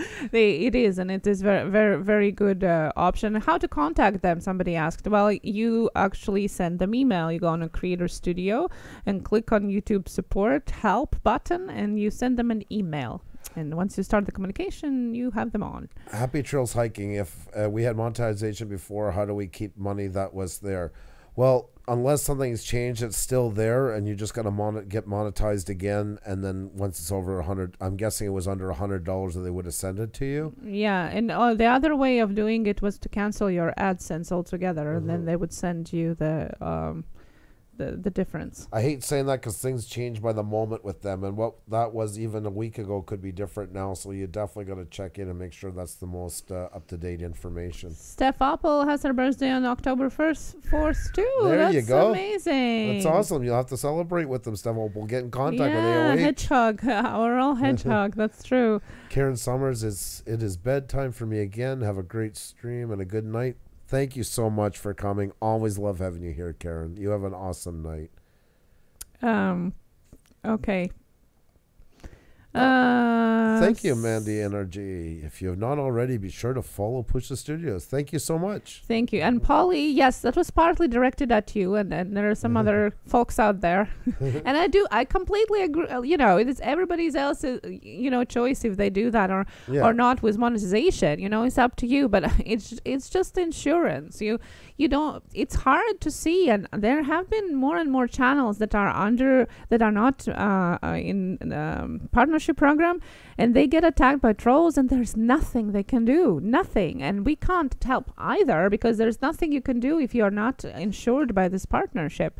So basically you have all this work, people delete their channels, start new ones. It's hard to watch. Budget Outdoors, you have an awesome night. Have fun shopping. Enjoy. Hope you get lots of great stuff, and we'll see you again really soon. Yeah, and congrats on your video. The first video in 2 weeks. I've been taking some time off, which is really well. Greetings from Greece. Oh, Dion Leinhardt, that's right.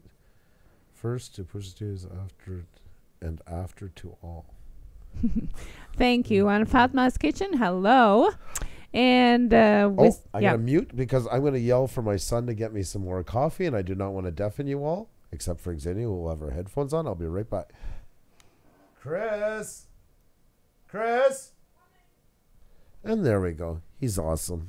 We're spoiled rotten with him. Okay, so now I think we're back to the question. That is true, Polly says. Well, thank you, and please listen. Thank you. Okay, so RB Gaming had 2 questions. Basically, is clickbait the most effective way to gain viewers? I know it's not moral, but actually it's against YouTube guidelines. I really believe clickbait, I always use the expression, it's kind of like eggs. There's good cholesterol and bad cholesterol. That's a good comparison. And I really look at it that way. If you have a video about fishing and you put some girl in a thong laying across a Lamborghini Countach, nobody is going to like you for it. You're just going to get a bunch of hate. I know everybody says a view is a view, yes, to a certain extent. But remember, there's a very keen balance of ratio to likes to dislikes, and you do not want to cross that threshold. It's okay to have we get a couple of dislikes. It's not ruining us. It actually shows our channel as genuinely gaining like real subscribers and real interactions. You do not want to cross that. And thank you, son. And bad clickbait will definitely get you there in a very fast hurry. Good clickbait is not used enough, and it really should. And I am bad at doing that. I have to put more into that. So I'm going to have to take my own advice in this one. Basically, sell the hell out of what you're doing. Not grandpa sitting on a fence. Grandpa's out in the fields today. Grandpa's exploring. Sell it. Show the big close-up of the face. We left alone Grandpa. Yes. Or something like that. Anything. Clickbait can be a great way of building your views if the clickbait is true. It's not about, if your clickbait is not lying about your content, it's just a little bit exaggerating. It's enhancing. Think of when you go to buy a book. Would you buy a book that says, well, I went for a walk the other day? You know, or snake tracks along the riverbed. Anything that will masturbate. Yes, yeah, that's right. That's right. Just a little bit something that catches the eye. You know, that makes it interesting. Just don't lie about your content, because if it is a clickbait that has nothing to do with your content, then YouTube is going to flag it, take it away, and if you get 3 strikes, you're going to be out.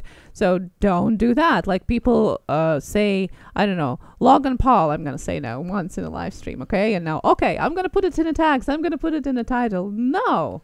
You can actually lose your channel by doing that. You can lose your channel. Yes, it's a clickbait. If you put it on there, everybody's going to think that he's on your video or something like that. But it's not true, even if you just mentioned it once. So no, it's not the best way to do it, because you can lose your channels. Masturbate, I like that word. It's a way to go. I use a lot of times the big guys. I always say, look at the big guys and see what they're doing. They're doing it for a reason. They have the money, the resources to know what sells on YouTube. And Linus is one that I always like to bring up. We've been over this before about how he makes up the messed up looking faces in the camera. AI loves it. But also the titles, you know, Linus Gaming finally doesn't suck. NVIDIA couldn't stop this, ... You know, these are towards gamers, but you think of Peter McKinnon's another one who does it. Casey Neistat, all those guys. Dog sings national anthem, the suggestion is. Yes. That stuff draws in people, as long as it's doing it, as long as you can tie it in. Even if you have the music playing back and the dog is doing it at a key and at a time, that doesn't matter. You just can't do that and then have a picture of like somebody dropping a bucket of water on a sidewalk. It's got to have something connected to the video. Nobody wants to be robbed. Every time you go shopping, do you want to walk away with something that wasn't anything what you were told it would be? If you went in going to buy a hammer and you came out holding a knitting set, you might not be too happy, or vice versa. You got to sell what's there. You cannot lie, because people will nail you for it. Yeah. But you can say how amazing what you're selling is. There's nothing wrong with that. That's what we should all be doing. We are our own marketing team here, and it's a lot of hats to wear. But it is so important to do stuff like that to grow. Hello to I Pick My Butt. Hey, how are you? And Ghosts of Hawaii, hosted by Bucky Hunter, says, I think great content and good communication with your audience is definitely the foundation to start building everything on. Of course. Right. But there's that, you see, that's where that line goes. And then sometimes people think, well, if clickbait is not connecting with my audience. You have to still sell things to your audience. You still want to get them hyped up. Just doing it in a good way. You're not lying to them. You're going to have them hyped before they even hit the play button. That's awesome. They're going to be that much more engaged with your video. They're going to be that much more excited to watch it. They're going to be that much more excited to like it and to comment. You've noticed, like we brought up before, how we're opening a couple minutes early and showing the videos. This is working great for us. We're getting so many people in here. And by the time we get on, everybody's amped and ready to go. It's been absolutely phenomenal. But we do stuff like that. Everybody's got to try that. It's experimentation, and what works for one channel might work horribly for the next. You cannot be somebody else.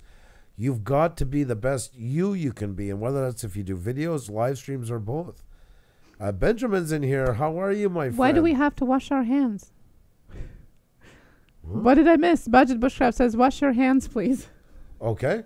I don't know what it refers to. Did I miss something? I don't know. I hope they're okay. And I wanted just to say kudos to Landrun89 again. Masturbate, if we may, to continue using this word. I think it's a really great great wording to that. Masturbate. I love that. That is awesome. Guys, we're doing really good in here. Thank you guys so much for coming. I love how people just keep dropping in all kinds of new ones, all kinds of returning ones. It's such a great mix. If you guys could hit that like button if you haven't already, I'm going to ask my lovely, lovely wife if she could put out the link to the so you can retweet it.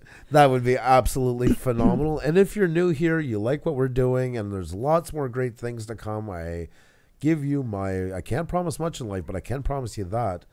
If you guys could subscribe to us and give us a chance, that would be absolutely phenomenal. If you do, too, please leave a comment so after the live stream we can check you out as well. Because we're always looking to get to see that next winning channel. I'm definitely getting sick again because that was a joke for I pick my butt thing. Duh. Thank you. G-Bear I got $500 selling Boy Scout popcorn. Correction. Scouts BSA. I see. Boy Scouts of America. Awesome. And also about masturbate is also washing hands. Okay. Now I follow you. Oh, guys. April, thank you so much for saying that to our newbies. Yes, thank you very much. Also, continuing about the content and the videos, RB Gaming was asking, post often and put a lot of work and time into my videos, but I don't seem to be getting anywhere. Please share opinion on what to do. Sometimes it's just going back and revisiting what you've done. And that means not watching any other videos at the moment. Go back and look at your history. And we have done this numerous times. Let me just bring ours back up here. Oh, sorry, wrong window. Wrong window. There we go. And this is what I do sometimes. I literally come here, go to videos, and this tells a story of where we began, where we are, and where we're going. And this is where we've ended up making most of our changes. Secondly, with that is every time YouTube changes the rules, we begrudgingly go back to this and start over from scratch. And we don't have the most videos on YouTube for a creator, but I think we're almost at 190. And when you got to do them all over, it sucks. I grumble, I complain. But I've always said these channels, all of our channels are like a garden. It doesn't stop with just throwing the seeds in the ground. It is a lot of work. And, you know, sometimes you just got to redo things. I do believe in thumbnails. I do believe in your titles and descriptions after that, and tags as well are very big. All these things in conjunction is what people will be attracted to watching what you make. And that is a big start for it. Second thing is to look at your content and make sure you're attracting the audience you want to attract. Because sometimes we don't realize we're actually working counterintuitive to what we want to make on our channel.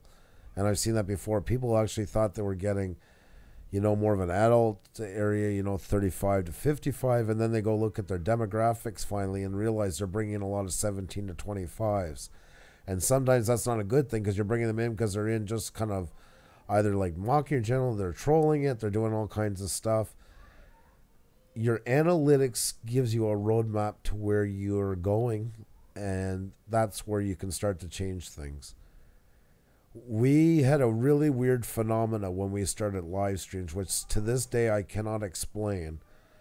We had a 70-30 ratio of 70% men, 30% women, which is right on par for the viewership in YouTube.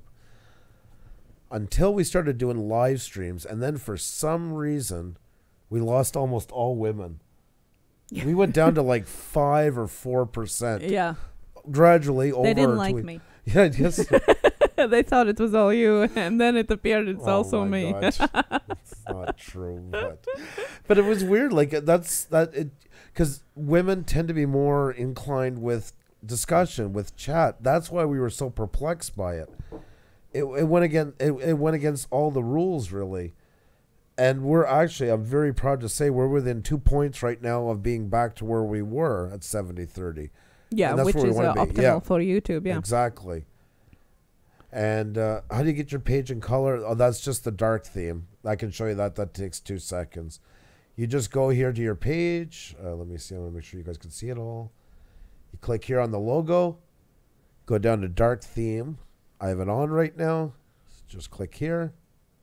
and you're back to white. So that one only takes 2 seconds. I prefer dark theme because I just find it a lot easier on the eyes. So yeah, it's very easy. Just go to your logo and go down to dark theme and just turn it on. See, I'm just bringing back the chat. So yeah, guys, there's a lot of elements to all that, and you really got to sometimes sit back and just look at what you've done and where you want to go, and then you have a better idea where to steer it. And really look at your analytics. They're so important. They're your roadmap. You'll see, you can tell days where you uploaded videos and they did really badly versus days they did really well. Sometimes that does have a lot to do with it. Then try those videos, maybe even I've seen people do that, take them down, wait a little bit, and re-upload them on a different day. See if that made a change. Or try putting new ones up on that day. Yeah, there's more men on the YouTube than it is women, Yeah. which is interesting.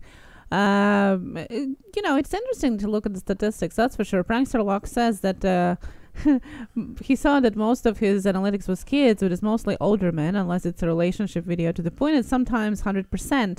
Should that be where my focus is? I do, however, I want now. Well, it depends. Again, like if you want to start growing your channel on your audience base, as you grow bigger, you do want to try and focus more on what your audience like to do. But if you want to change that ratio, then you have to do like conscious moves on changing it. Like we did some interviews with beauty channels. We even had with Brenda's beauty blogs, we had a live tutorial on how to put the makeup on and things like that would interest women, generally on average more. So because we wanted more women back to our channel, we kind of purposely try to do some things that we, would be more on interest. You got to research what you want to have and what you have. If you're okay with what you have, that's fine. But then research what is their interest. What do they like? Watch else besides your prankster videos, because that's also is important. What else are they interested in, And, also there's a technical part of it for sure, of YouTube. And maybe one of the Tuesday Tech Talks, we can go like from uploading video to posting it, like all the from A to B. What do you think? Kind of follow through with sharing screen, like uploading video, and what do we do when we upload it? Because I think lots of people are forgetting or skimming through it or thinking it's not important. But you definitely got to go through the best practices when you upload your video. The very, very best practice is researching the video content first. So, research what is out there that is people are wanting to watch. For example, how-to videos are #1 most popular videos, and only then is entertainment. So if it is something that you are teaching anything or showing anything, tag them as how-to videos. That means that you put them in how-to category. That means that your title starts with how-to. Those 2 words are in the very, very front of your title. That means that your title, description, and tags are that, right? So see what people are searching more. YouTube is not only video a platform. It's also a second biggest search engine in the world. What it means that you can actually see what people are searching. You can see, when you type in the word and you press space, you see all the suggestions that comes after that word. So you see that people want to have more, information, I don't know, about OBS, for example, or they want to see more how-to videos about how to feed a cat. I'm just guessing now, but you got to research that first. Look, so that would be a good tip. First and foremost. And then when you upload it, then go all through the best practices. Download your TubeBuddy, vidIQ, that is great tools for that. Morning Fame, you can have free versions or paid versions, and then follow through with their tips, through the extensions, with tags, best practices, descriptions, and all that. And once you're done all of it and it's still not going better, then you can ask yourself, well, what am I doing wrong here? Because oftentimes when I do get this question from people, well, I don't understand, my views are not growing, and I go and watch the video, most of these things that I just mentioned are missing. Yeah, I had them highlighted right here. Here's TubeBuddy. Yeah. One of these days I will remember to put the password back into vidIQ, I think, at some point. God help us in the next month. Yeah, I have it here, but you can't set it. But you get at least with TubeBuddy, you're seeing at least an example. And we use this all the time because it's so easy to skip these things. I know I sound like a broken record, but it is like a driving test. Yes, if you forget to turn your signal light, you might still pass your exam. But if you miss a bunch of those little things, it does make a huge difference. And yes, guys, you will hear big YouTubers say, like Casey Neistat, that I don't use tags and that. And they're not lying. They don't. Because guess why? He's got 10 million subscribers. He doesn't have to. He works on pure volume. He doesn't need all that stuff. I still think he should. I just think it's still a good practice. But you know what? Who am I to tell him when he's got 10 million? Well, yeah, just their word. People are coming back the same as they would watching a TV show. They already know it's out there. Your purpose of growing a channel is getting your name out there for people who don't know you. So you do need these tags. And lots of people do, for example, say, oh, you don't need tags. Yes, you do, because that's how you get found on the searches. That's how YouTube tags your videos. So if, for example, our tags, I don't know if you're sharing it, but if our tag is promote your YouTube channel or Puša Studios. Here, we got these ones. So if somebody is putting words Puša Studios, well, we're going to come up, not just because it's on the channel, but because it's in the each of the videos. If somebody is searching, live on YouTube or channel reviews, we're going to be coming up because it's in a tag. If it's not in a tag, we're not going to be coming up. It's just easy as that. So it is important. And you see, guys, with these plugins, this is not something we're showing you some behind the scenes thing that we're just giving you a glimpse into. You can see this on any channel. You can see their tags using this. Do not, and I say that every time I mention that, though, do not copy some, because you see right here, you can copy them. Yes. Do not copy them. You've got to find the ones that work right for you, because you can, once again, if you go to somebody like Peter McKinnon or somebody like that, copy his tags and go through, and he has names like Peter McKinnon and everything to it, and you don't have Peter McKinnon directly in your video or directly talking about him for a length of time, that is a community strike in the eyes of YouTube. And you can lose your privileges for 90 days. You could eventually lose your channel. You need to do your own work. But with that said, let's see. Let's look up Peter right now. P-A-T-R. Let's take a look at one of his videos and see what he uses. Right, see the 58,000K in 3 hours. Ugh, don't want that. Don't want to take his music. See, here's Peter's tags. And look, Peter McKinnon's got, let's see, 2.5 million subscribers. Not a bad day at the work, isn't it? But once again, he's used everything. Only thing he's missing is info cards. He has everything else done and all the best practices. Because even him is not Casey Neistat, you know. He's still growing and he believes in doing it and he does it. But here you can see his tags. So the name of the video was saying goodbye to the EOSR for now. See, there is clickbait. But it will tie into his story. I haven't even watched this video yet, and I know what he's like, and he'll find a way to have it in there. And he will have it here in his tags. This is how he is selling himself. These tags are all correlation to why he's getting the views that he's getting. Also, he's using the best practices, and he has 2.5 million subscribers. So it's a very good example of using that. That's why you see you can just go here and copy. Try that and have all these things in here and don't have him in there. First of all, if you don't have it in the titles and everything else or a direct correlation to it, it's not going to help you any. And secondly, you can lose your channel. So I just really want to stress that with you guys. It's very, very important to know that. And you can research tags in various ways yourself. Yes. First and foremost, as I was mentioning, just by writing the words in the search square or rectangle, you can actually see what YouTube predicts is going to be the search.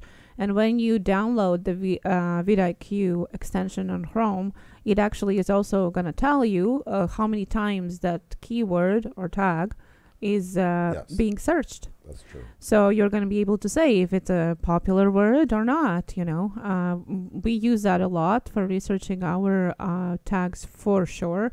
So first and foremost, I go on YouTube and I search the first keyword that comes in my mind that is associated with the video. And then I go in depth and see, well, how many times it gets searched? Is there much competition? You know, if there are millions of channels with millions of subscribers having the same tag, then us coming in the first page of the search is very minuscule, right? So you got to think about that. What I'm going to do with you guys is I'm going to give you my personal collection of hashtag and tag research websites. You are more than welcome to use it. This is just basically a collection of different websites that I go through to check hashtags and tags when I'm researching for the new video. It's definitely, you can check that out. Most of them are free. And it's always good to double and triple check. Also, Morning Fame is a very good way of doing that, because they show you basically the same what I was just saying about YouTube, having the count, you know, how much it's searched and all that. They already have that embedded in their keyword search. TubeBuddy has suggested tags, you know, when you upload and you put the tags in, it actually suggests it. So you can use different tools, and even better if you use tools in conjunction. Like we said, we use vidIQ and TubeBuddy extensions both together. We use Morning Fame, we use Social Blade, and we use different other websites for researching information, especially the tags. So once again, I'm going to post a link in the chat right here. It's my personal collection of hashtag and tag research websites. So you can go and check it. Sorry. No, excuse me. Oh my God almighty. You guys are, I think they come just to watch us sometimes for like a bit of a spectacle, I swear to God. Oh my, yes. I hope that's not the only reason. Leonard Chi, hello. Welcome. I'm going to give away a little tidbit here, and this is in the talks of understanding your channel and your audience.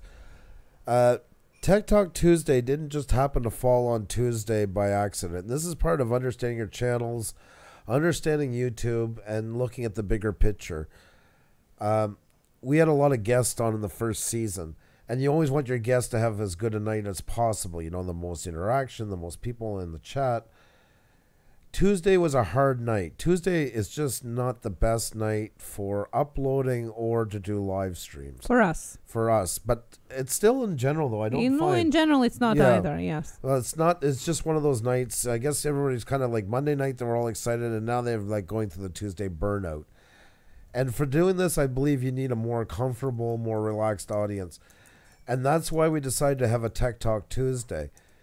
Because it's not the best night to bring a guest where they're going to get the maximum amount of people coming in to watch. So instead of like when I brought up the beginning about like, oh, I wish people would come to my live stream. Well, we're not going to do nothing. Blah, blah, blah. Make the best of it. So we picked the most intimate time where we interact the most with you guys. And we brought that time to Tuesday for that simple reason. That's what working with what you got is all about. And that's not a bad thing. That's maximizing. This is our night where, okay, maybe we might get 20 less than what we usually get, but we get to know all of you so much better by doing this. We get more interaction, we can take more questions. The chat's not moving quite as fast. So those are ways to use, to understand the numbers and put in the right things to work with those numbers. That's once again where your analytics really gives you a window into what you need to do.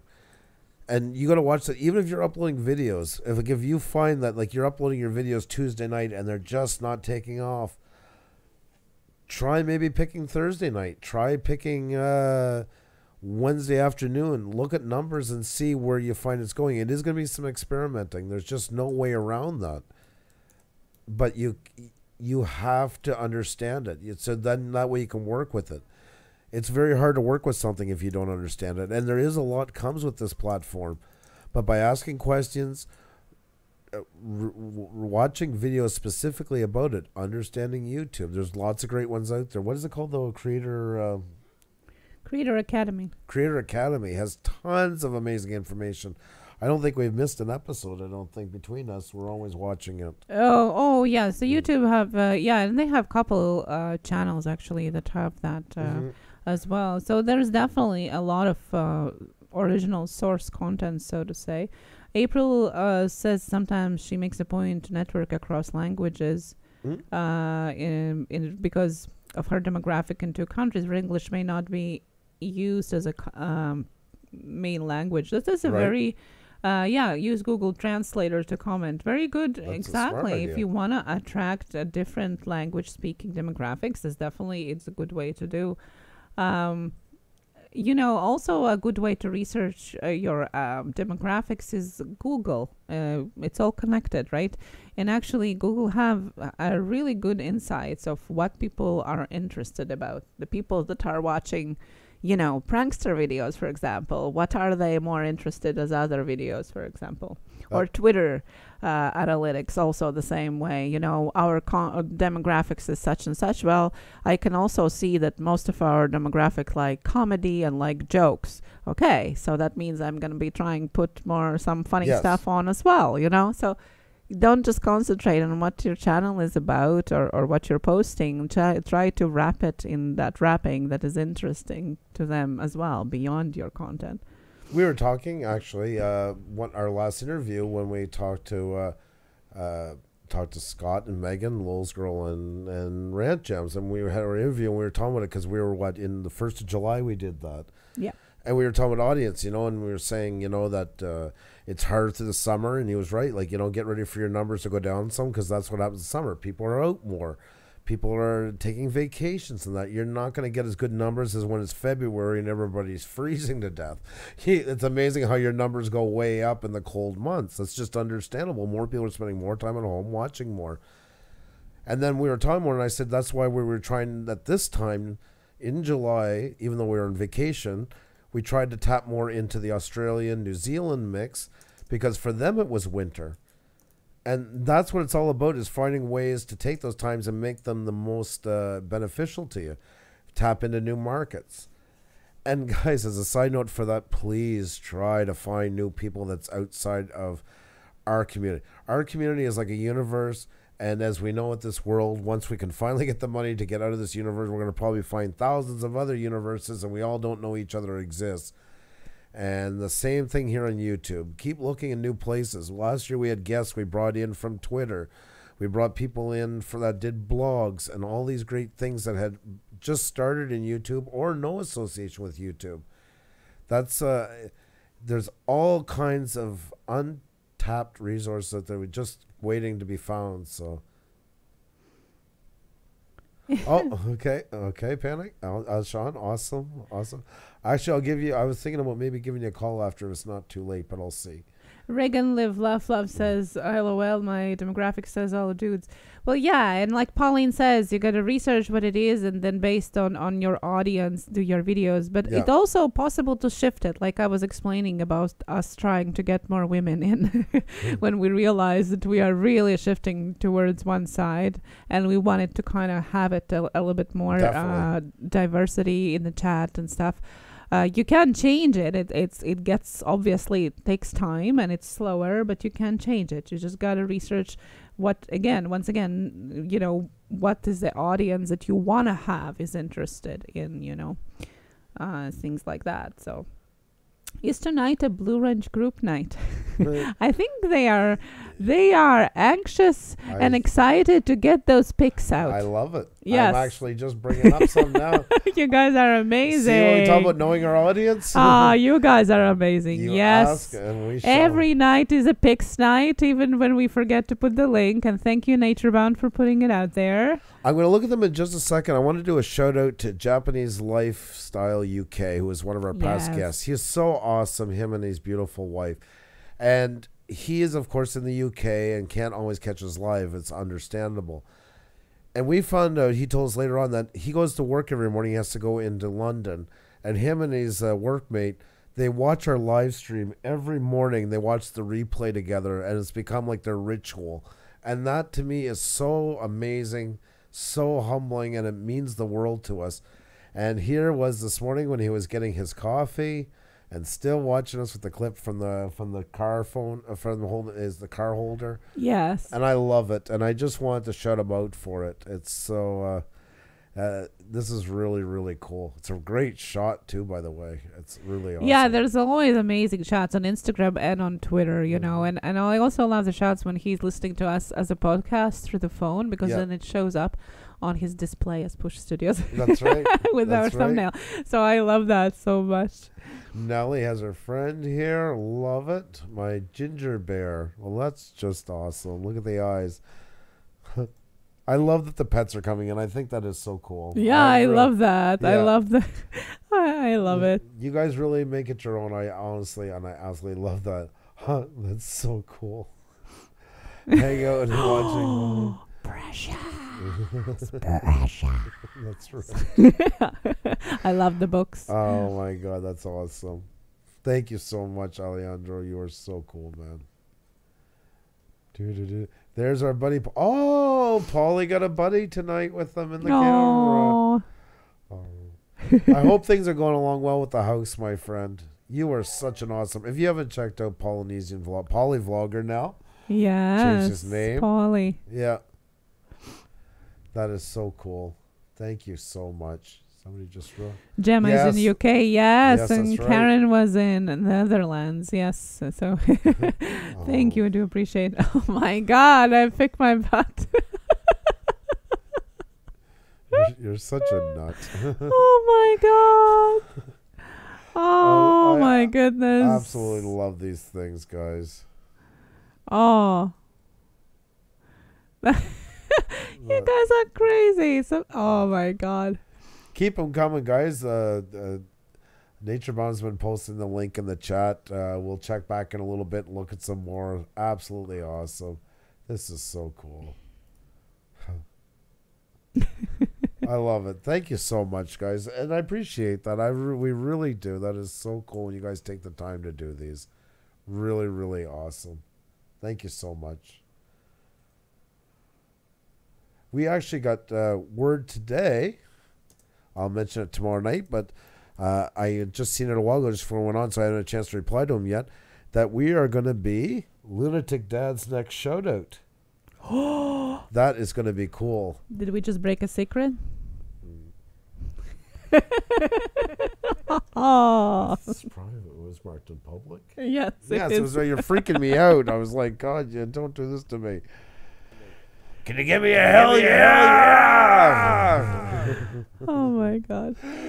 Yes, it was public. We're not giving out any secrets. Oh it was God. a public comment. No, I'm sorry. I like to keep you on your toes. Yeah, well, my divorce lawyer is going to keep you on your toes if you keep going. You're killing me here. Yeah, so. Oh my God, oh, yes. So yes, we are very excited to have that. We have had numerous requests for having interviews on different shows as well.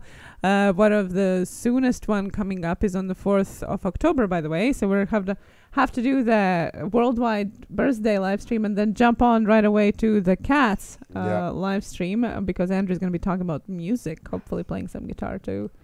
At 3 p.m. On TWG channel, so that's really exciting. Don't you love when your wife just volunteers you for stuff?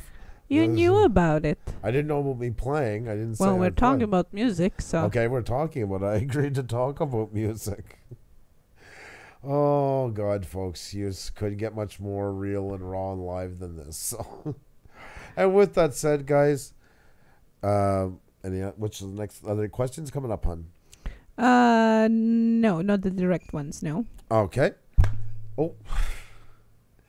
Guys, we're going to be on for another hour. It's almost the top of the hour. Yeah. Well, now you are dropping it on me. Oh, my God. We'll play it by ear for a little bit. I know Xenia's not feeling the best tonight. But, guys, it's not too late. If you guys could hit that like button, that really does help us a lot.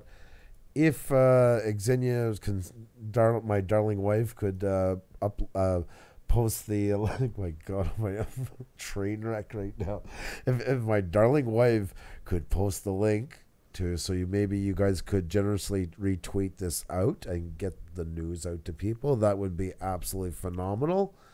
And if you're new here, you like what you're doing, you're saying, you know what, yeah, they're not too nutty, I guess I can watch them some more. Subscribing to us would be absolutely phenomenal, and please leave a comment if you do on one of the videos so I can go check you out after this live stream is over. The party source reviews. How did you guys get started? It's Simply Shannon's in the house. How are you? Hey. How are you? Oh, it's nice to see you. How did we get started? Our first live stream, if I remember right, was March 29th. Right? Yeah. We do our videos, which you see at the beginning of that. We had no intentions of wanting to be in front of the camera. And we appeared on a channel, and it sort of took off, and people asked to see more of us, so we did it to celebrate hitting 1,000 subscribers. And from there, we just, I don't know if we got the bug or people actually really kind of wanted to see us a bit more, but either way, we just kept coming back. And we then didn't have much to say, but people kept saying, oh, do more live streams. And we thought, okay, well, let's get guests. That way we don't have to worry so much about what we're going to say. We'll let them talk. And it just started growing from there. We ended up doing 60 guests, which was really cool. We got to meet tons of amazing people on here. Anybody who hasn't seen our format yet, we kind of like want to take it to the next level. We know they do YouTube channels, and we definitely talk about that. But it gets a lot more personal. We find a lot of backstories. We found a lot of interesting things about people that we didn't know. And our belief has always been, once you get to know people better over an hour, hour and a half discussion with them, you'll be better connected to them probably for the rest of your time on YouTube. They'll comment better on your videos. They'll want to watch more of your videos because they feel more connected, and that's what it's all about. We've had so many guests, and from all different genres. Thank you, son. Different subscriber levels, and they've been absolutely phenomenal. The list just goes on and on and on of people that we've had on here.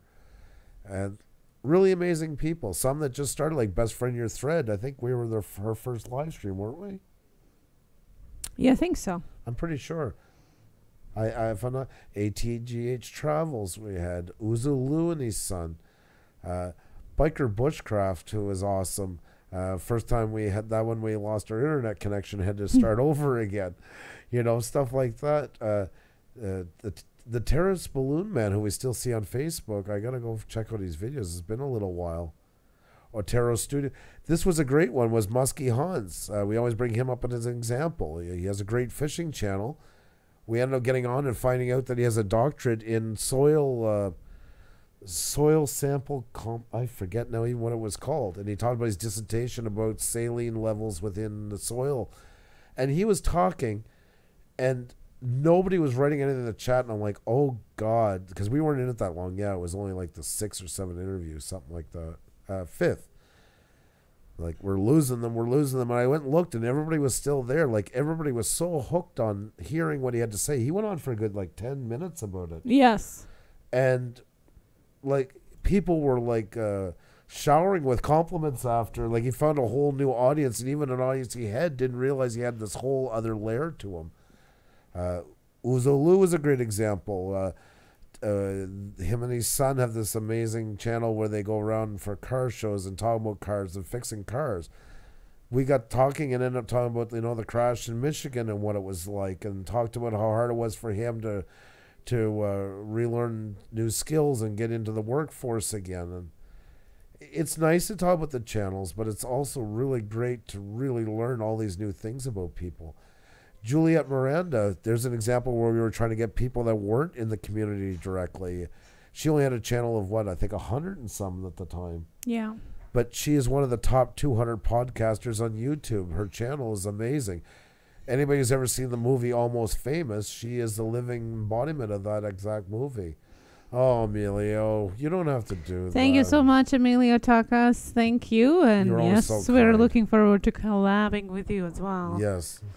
And Rolling Homestand came in too. We had a great time the other night with you guys on that panel. That was awesome. That was a lot of fun, actually.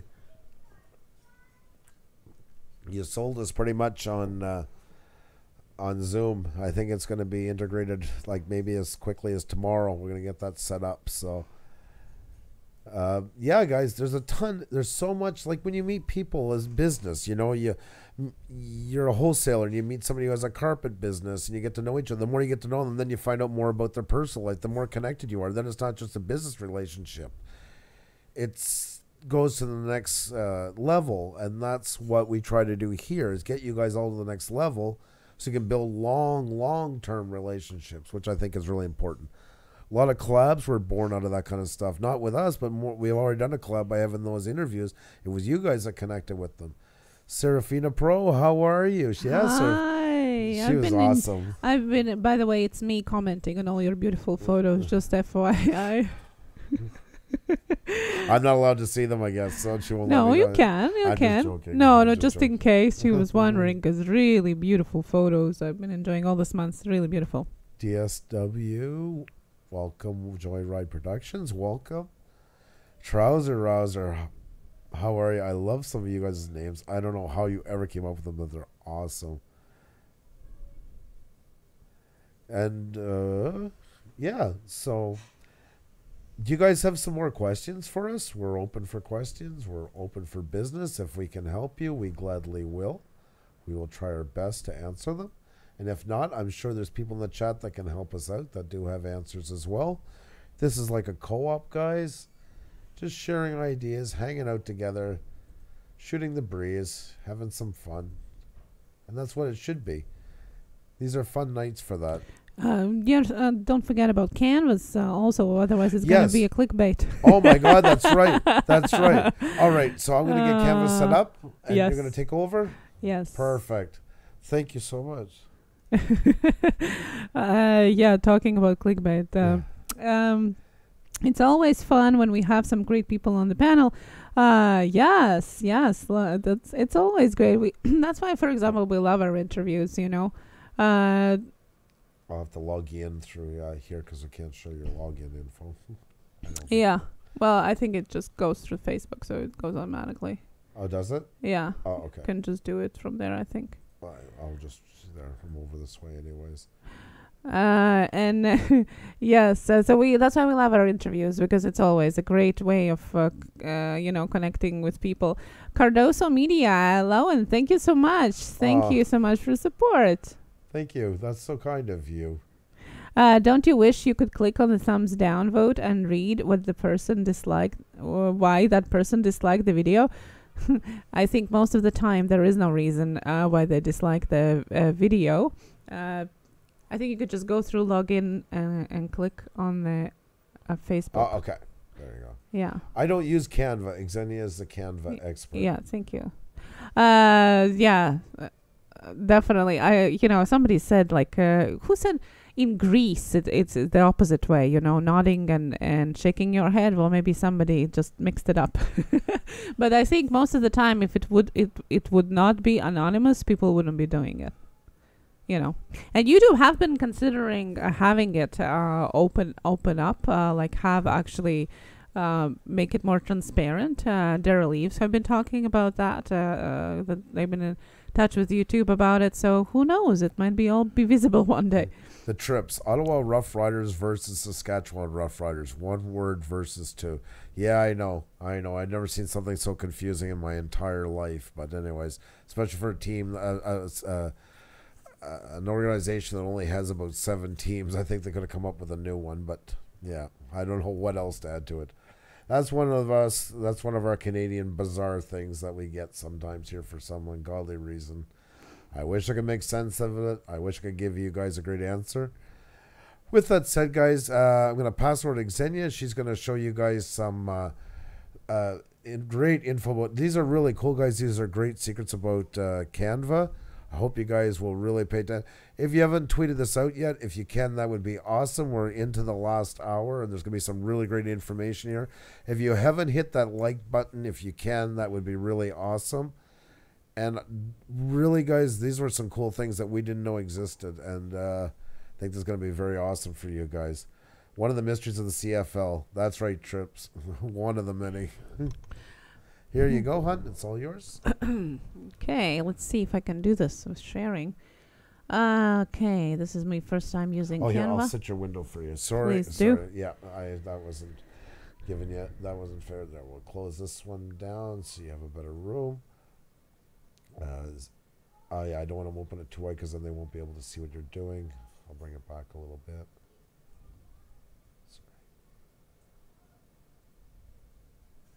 There, that's as wide as you can go. Yeah, and right now you can just see the overlook of everything that I'm doing here. As you can see, it's a whole bunch of different stuff. Say from these are our.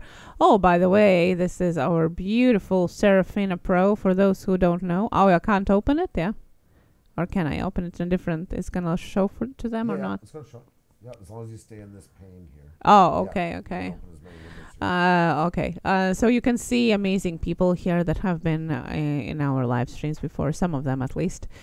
So I have been using it a lot, especially for social media. Andrew is doing mostly thumbnails on Photoshop. Sometimes I do them too.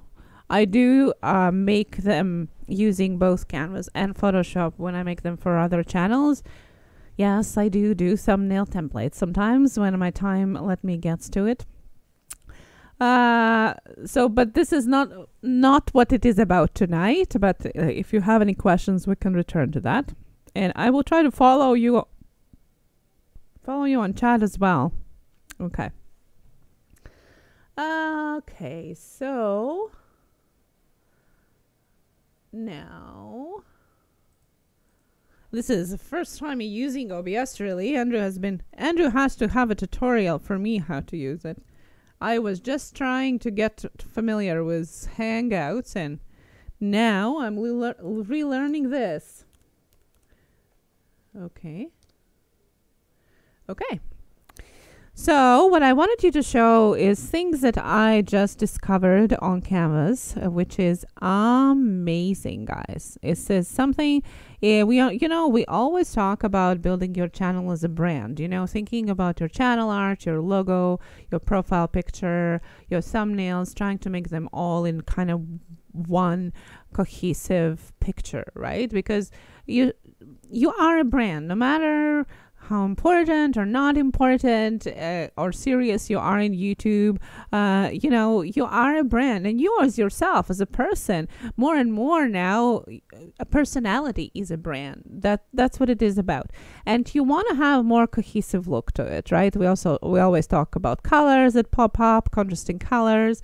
We talk about fonts and so on. So what I wanted to show you first is that you can get a nice design size guide cheat sheet here. Basically, you just go to www.canva.com/sizes, and what you do, you can go right here. You go to scroll down to the very bottom of the page. So once you get it, go here, and you're gonna get yourself sized templates. Right, for each of social media that you want to use it. As you see, you can Facebook, YouTube, Instagram, Twitter, and let's say we click on YouTube, and you have a cheat sheet of all the sizes you will ever need using YouTube. So there's going to be the proper size for your channel icon, for channel art. It's going to show you how it shows up in what sizes on desktop, on tablet, video thumbnail sizes. So if you're using Photoshop, then this is what you need to know if you are creating your YouTube art using Photoshop, the exact sizes. So when you finally upload your artwork, it doesn't get cropped or zoomed in too much and so on, right? And it actually explains you what it is, how to do it, and what are the tricks about it. And you can also go right away and choose a template and edit it to your own liking. YouTube thumbnails, channel art, and so on. So this is amazing guide for you. You know, people are always guessing, well, how big is it? And my channel art is not fitting there, and it's too big, it's too small, and so on. So here you can also change the sizes in inches and centimeters, you know, if you're from Europe or Canada, and inches or North America, pixels, you can change that all up. This is a very useful information, like save it up, you know, save it or bookmark it anyhow, and have it there for you, because this is what you need to know, especially if you're not using Canva, because then you need to put in the sizes manually, right? And make your templates on Photoshop or whatever program that you're using on the computer, on Mac or on Windows, right? And you go back and you can have different sizes for different things. As I always say, that it's better to have content natively created for the platform that you're using. For example, on Twitter, if we go, we're going to see that their sizes for their posts for header photo, again, are quite different than the YouTube is, right? And so on. If you're going to go on Facebook, again, you're going to see that the image post and the cover photo sizes, again, are different, which is silly. I don't know why they all have to be different, but they are. And it's better to do them custom made with the sizes. So what I would suggest, if you use Photoshop or any other photo editing program for making your art for social media and YouTube, take these sizes and create the size templates, save them up so you don't have to do it every time. So they're properly sized, and you can create your art on your program. Or then if you are using Canva, you can go right away on Canvas and create your art yourself. They have already templates in the sizes pre-made that you'll need them, so you don't have to remember them. But I just thought it's quite a good cheat sheet idea. You obviously can search for it on YouTube, but this is all at the same place. I'm gonna drop a link here, direct link for it in the chat right there. Mods, all you guys can pick it up as well. And of course, if you're doing some other type of sizing, you can check that out here. But I thought for us, the social media sizing would be really the most useful part. What you can do with Canvas, which I didn't know, you can also do a photo editing. Is this a big? Sorry.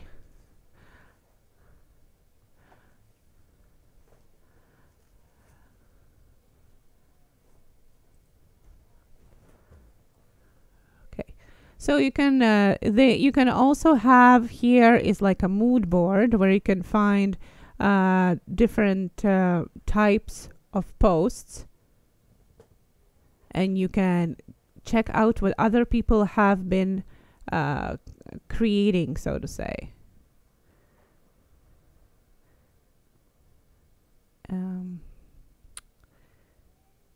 Okay.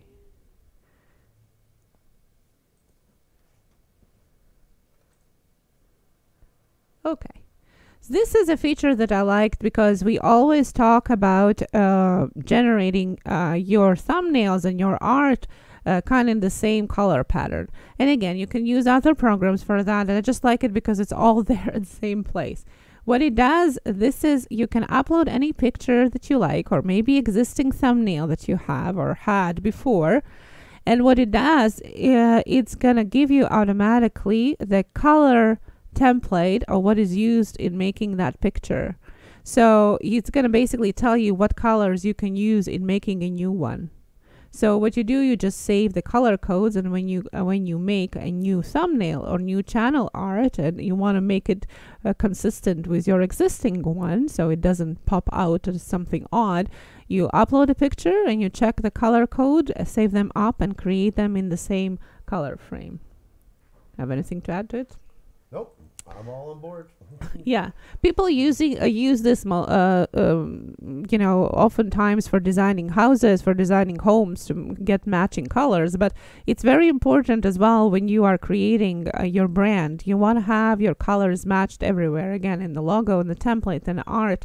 So this is a way to do it. You have exact shade, and you know that it's going to be fitting within your brand. So that's another thing that I found out there.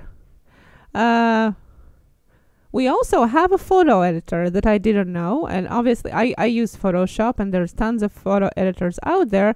But again, if you're already using Canva, this is very easy, and it's hands-on and just a basic editing that you have. You can upload your pictures, just your personal pictures, and without using Canva for anything else, you can actually use this for photo editing, which was quite neat as well. And I think not many people are aware it's actually there.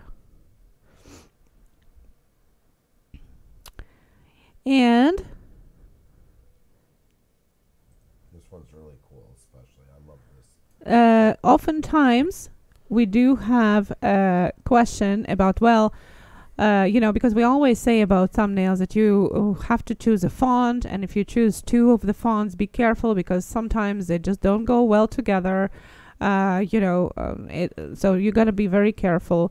So this one, you actually gets you the two suggestions that are basically the best for your chosen font. So you choose the font that you like first, like anything, or you can type it in, and it's going to generate the suggestions of how to put it together with other fonts. So this one is the font that I chose. Brandon Grotesque is called. And this is the suggested one, and it gives you the name of it. And then you can see a couple variations of how it looks together with different fonts.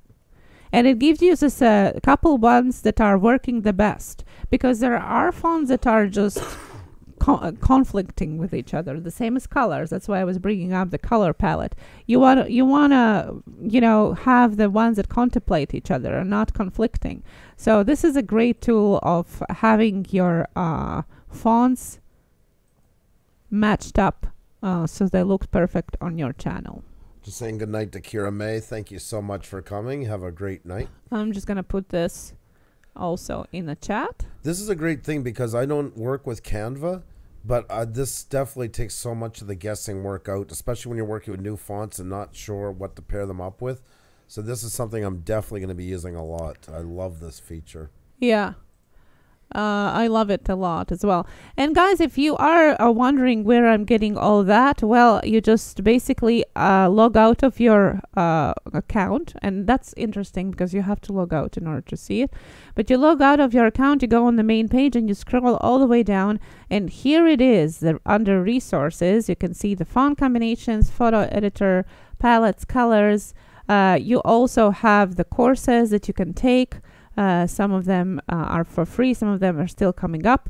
The courses that you can actually take in understanding the branding, which often comes with YouTube channel, that we fill in different shoes, so to say. There's plenty of things that you can use. This is the teaching materials, but you can use them for yourself as learning materials as well. There are lesson plans. There's tons of information out there, and right on the tips of your hands, so to say.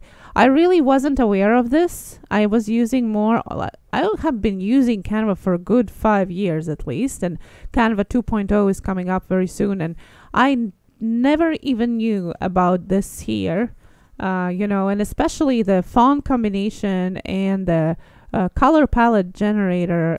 It's such a great thing to have. Such a great thing to have when you're thinking about the branding of your channel. No, that is really cool. Like I say, that font pairing is so unbelievable. That's so needed because there's always new fonts coming out.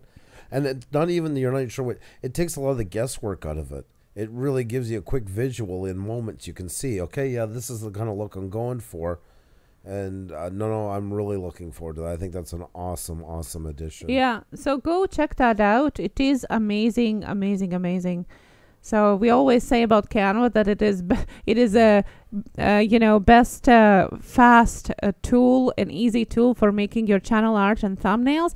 Well, it is much beyond that. It teaches you much more than that, and helps you understand it as well, and build your brand. So definitely check that out. I was amazed yesterday. I was so amazed when I discovered these secrets and wanted to share with you as soon as possible.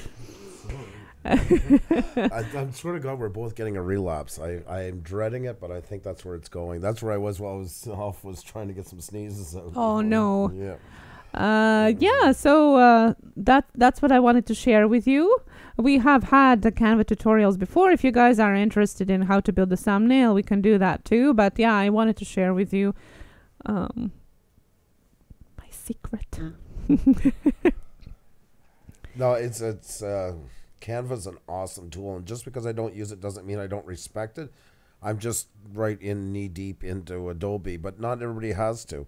And like Xenia does work all the time that just blows me away, and she's well versed in Photoshop as well. So it's not like she's using it as a sort of a crutch program. It's because it's that strong on its own. And I built templates for all my thumbnails. Literally, when you look at our thumbnails, they're sitting in like huge TIFF files that are just locked up in layer after layer after layer, because for consistency's sake. But yeah, you can do so many great things. Like all these thumbnails for all the ones with the white, which are cinematic videos, all of them are all just in one TIFF file in different layers that I've played with. The same with all the interviews are all in one. Actually, those and the Tech Talk Tuesdays and the specials are all in one, which can get a bit confusing sometimes when you get up on enough layers. So, yeah, but yeah, no, Canva is an awesome program. It really, really is. And we're going to talk about it more coming up, like in episodes and stuff like that about it, because it's an accessible tool, because stuff like Photoshop and that can cost so much. Oh my God, Cab7, thank you so much. Simply because we love you so much. Thank you so much. Guys, and he never does this for a plug. He'll probably yell at me after for doing it, but I got to. He's one of those channels listed below. I'm sure a lot of you know him by now, and if you don't, you have to know him. He is what we call a people's channel. Links are in the description, and it's one of those channels where he just celebrates human beings in every shape and form. It brings out the best words that make YouTube what I hope YouTube will be. He's a great supportive community, and I believe he is the glue to that. So yeah, and if you are new to our channel, our people's channels are listed down below in the description as well. What that means is a collection of channels that we think are filled with positivity, energy, and networking, and not necessarily as their main aim on their channels. They're different categories of channels, from beauty to comedy, entertainment, and inspiration, but their live streams are the common thing, that they're very inspirational, networking. Still can't believe he did that. You didn't need to do that, my yeah friend. I know, it's crazy. He has a little bit of craziness in him. A little bit. Yeah, we love him a little bit. So yeah, so go and check out Cab7. His inspirational live streams are real soul and heart opening. So please go check out. He's on every day. And I can tell you, as a chronic pain sufferer, I can tell you that I am watching Cab7 a lot. Just watching sometimes, not even the chat, just because it's almost like the meditation part. It just gives that inner calm and calms down me from the pain. And sometimes I can better fall asleep. Yeah, and I was doing that even way before we knew Cab7. So definitely check that out. April brought up a very good point, and something I've been meaning to mention for a while. Some of the peeps whose channels died, everyone back up your videos in a backup drive of your own. So if you need to, you can upload them again in the future if you need to. That is so true. Yes, definitely. Yep. It's so true. And especially as video and photographers, we, yes, you double and triple and quadruple back up everything right away. And now with the feature that you can download your own videos, you know, so that's even easier. So if you have made a live stream and you want to save it for after, just in case, download it right away and save it up. That's a very good suggestion. Thank you. I can't believe Kev did that today. He always gets me. I know. He did it yesterday too. I know. He's crazy. He just pops in out of the wind and then does. You wouldn't think he's crazy. He's crazy. No, he's very sweet. He's very sweet, but he's crazy a little bit too. I love you so much. Crazy in a good way. You need a bit of crazy to be on this platform. So, Puša Studios, or anyone in the chat wishes in the chat, what's your thoughts on going live for the first time? I'm kind of nervous. Honestly, I believe sometimes something that can help is actually going on somebody else's live stream at first. Find someone in your core, go on with them, just to let you get a feel of it, wet your feet, and it'll take some of the nerves out of it before you do it on your own. Because the first time you do it, it's not hard, and once you do it, you're going to see it's a breeze. It's the first time you got more controls to look after, even if it's just Hangouts. Forget OBS or anything like that, you know. And when you're not used to it and you're nervous and it's your first time, it can add a little more chills. I always just say that. Try to go on somebody else's first, even if it's just for 20 minutes or a half hour. Go on a panel, just so you can get a feel for it, see what it's like. But really, it's not that bad. I think everybody gets a little bit of jitters going on because you are like throwing yourself out into the world, but it's not so bad. You'll see. It'll be fine.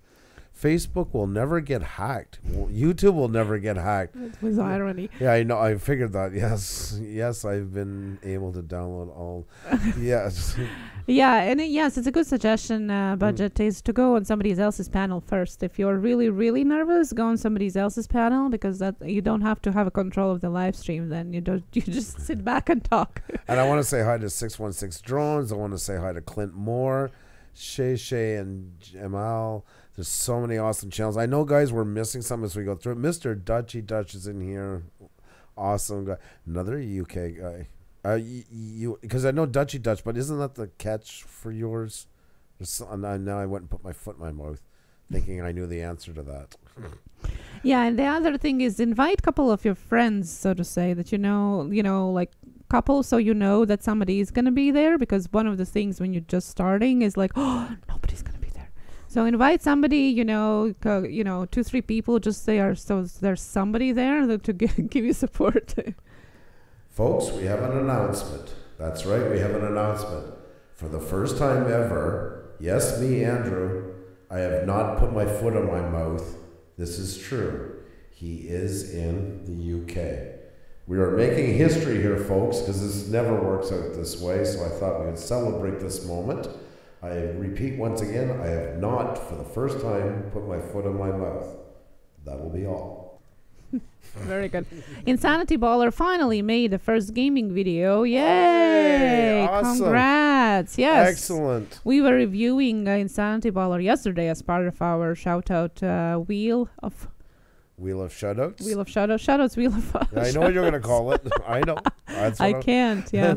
And April says, first time live streaming, brush your hair, smear on the lipstick. Yeah, and well, it depends if That's it's what Mrs. I did my or first time. Mrs. That's right. You have done it on one of the live streams. Ha Yes, I have. What was it, for 3,000? Yes, go back and watch our special video for 3,000 supporters, and you're going to see that Andrew is putting a lipstick on. That's right. Yeah, but yeah, that's true, April. That's very true. There's nothing to worry about. We've had people come on and like as guests, and they were like, "Oh, I don't know if this is a good idea," and within 5 minutes, they're fine. Yeah, and that's our job as the host, is to take the jitters away from you, and not make you feel like you're. Well, the night is young, Andrew Pauline wrote. Yeah, it's not young enough tonight for that, but you never know, I suppose. Yeah. And that's awesome. You're going to be uploading a game every day. Like I said, you're That's opening awesome. doors for my daughter and stuff like that. I mean that. I'm really proud of you. Yeah, for keep I it up. suggest if you can stream, do some streams too for gaming. That's definitely will gain more followers, and definitely put the name of the game in the first 2 words of your title. I believe Nature Bound was disappointed. Who was asking that? I Pick My Butt was asking what shade it was. I believe it was Nature Bound was disappointed it wasn't ruby red or anything. Well, it was red. Earlier that day, I was doing a little impromptu review of my lipstick, my favorite one so far. My favorite lipsticks are red, and I was doing a little review of my MAC lipstick, and that was, that's what Andrew tried. So, what would you say for the review? It is good? Was it good? It was lovely. I'm sorry, I had such a laugh. I seen something comment culture on here. Don't worry about sucking. That's what the dislike button is for. Yeah, like button awesome. for hugging. Oh my God, that's good. Yeah, go check out the video. It's a special. It's in our playlist of our YouTube specials for 3,000, and you're gonna find it there. It's quite funny. Have a Facebook group and page for chat. We have a Facebook page for our business, which ties in somewhat. It's really, really hard. Facebook is so hard, though, for YouTube because it does not want to promote YouTube videos. If anybody doesn't know this, all social medias work on a hierarchy system. So in short, with Facebook, number 1 is going to be announcements and profile pictures. And from then, it's not a little drop, it's a drastic drop. It's unbelievable. Yeah, anything that is going to use words congratulations and happy whatever, anniversary, birthday is going to be on top. And promoted. Sorry, just Clint said I have no shame, Andrew. No shame, Andrew. Yeah, pretty much. I kind of got roped into that one with both feet. And yes, you were right. Sorry to cut you off on that one. I couldn't pass that one up. YouTube videos. Facebook wants to promote Facebook videos. That's why we preach Native Twitter. content, yeah. And I can't stand. I shouldn't say that. I'm okay with Twitter. I still don't love it by any sense of the word. I find it could be revamped and be a lot more user friendly. I can get along into it, but a lot of people that are new into social medias will find it a bit harder. But it is absolutely crucial for YouTubers because it does promote the videos heavily. If you put up a picture in Facebook and you get 100 views, you'll be lucky to get 5 views for a YouTube link. The only way kind of around it is to put up a picture of your channel, like, your thumbnail, whatever, announce it all. And then after that, put the link in the first comment or something. Let's see. There's lots of ideas when it comes to us. When it comes to me doing stuff, the blue hair. Yeah. All of a sudden, our name is all over the place here, highlighted. Pauline is going to be sending to me, though, the favorite red lipsticks. Amazing. I would love to get some company just sending me red lipsticks, and I could review them every morning because every day for some good time when we were starting our live streams in spring, every time I started with putting lipstick on. Well, let's see here, guys. I gotta address a couple of these. Renee, let's see, all the way up to Steph Opal.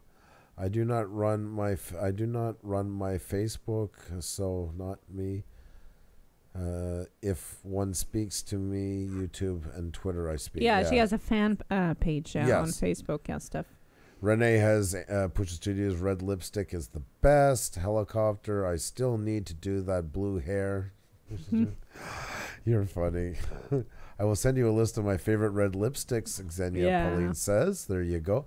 And there are new Nature Bound was going to chime up when I mentioned it. I can see you rocking the ruby red, Andrew. Well, thank you so much. I really, really appreciate that.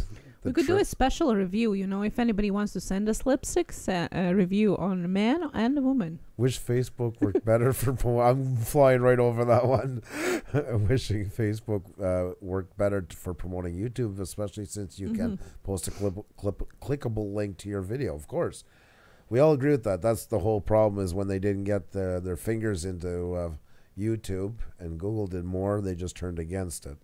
Yeah, I think that there was a question or a comment about Instagram that it doesn't have clickable links. I think it's going to come eventually because But again, Facebook owns Instagram. They just added a search button for videos. Their IGTV was basically useless before. Unless you knew what creator you're looking for, you couldn't search for types of videos. Now you can, so thanks God. Yes. So hopefully they're going to change that too. But with Facebook, you can do some turnaround. And I would say our Facebook has a okay engagement. It still has engagement. Yeah. It's not completely dead, which is great. But there is ways of going around it. As we said, put your picture and not the link picture, but the native picture.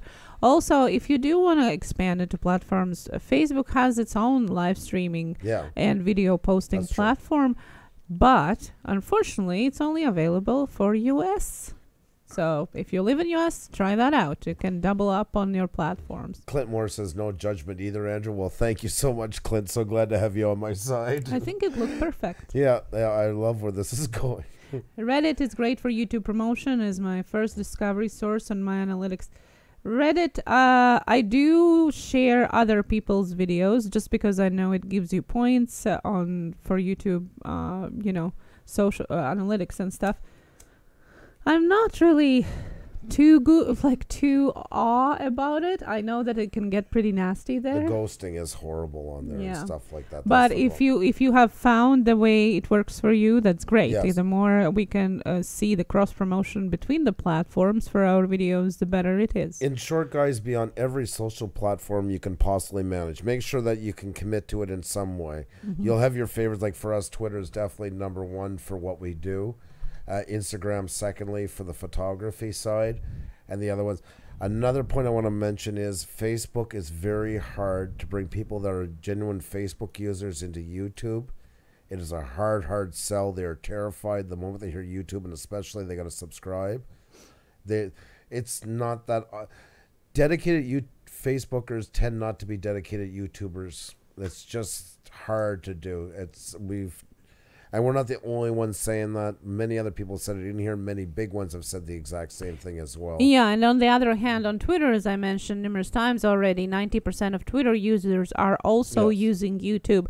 So it's the audience right there. The market is right there. You just got to address them, right? So if you don't have a Twitter, please do create a profile right there. And please do include your Twitter link into your About section. Clickable links on your YouTube channel. So many times I know that person has a Twitter account, but I don't see it on their channel and I can't find it because it's a different name. Like, how I'm supposed to find it? See, guys, come on, guys. This is how much we push our social media, and a lot of you who followed us for a while know this already.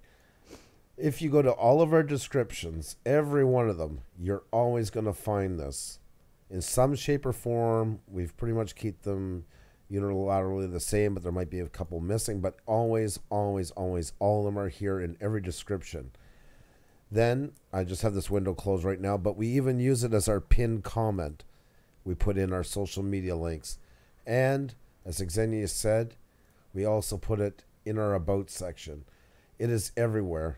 Anytime we do something, wherever we can fit in all of our social media links are there.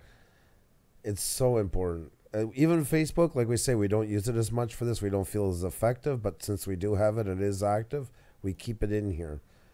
Everywhere we can get it, we put it. Shamelessly, I would say. Yeah, and I think maybe if we would actually promote YouTube in all of them equally, it would work more. It's just because we're also a business. It's kind of like every platform is for its own thing. Like you said, Instagram for photos more. I do post a little bit about live streams on the stories.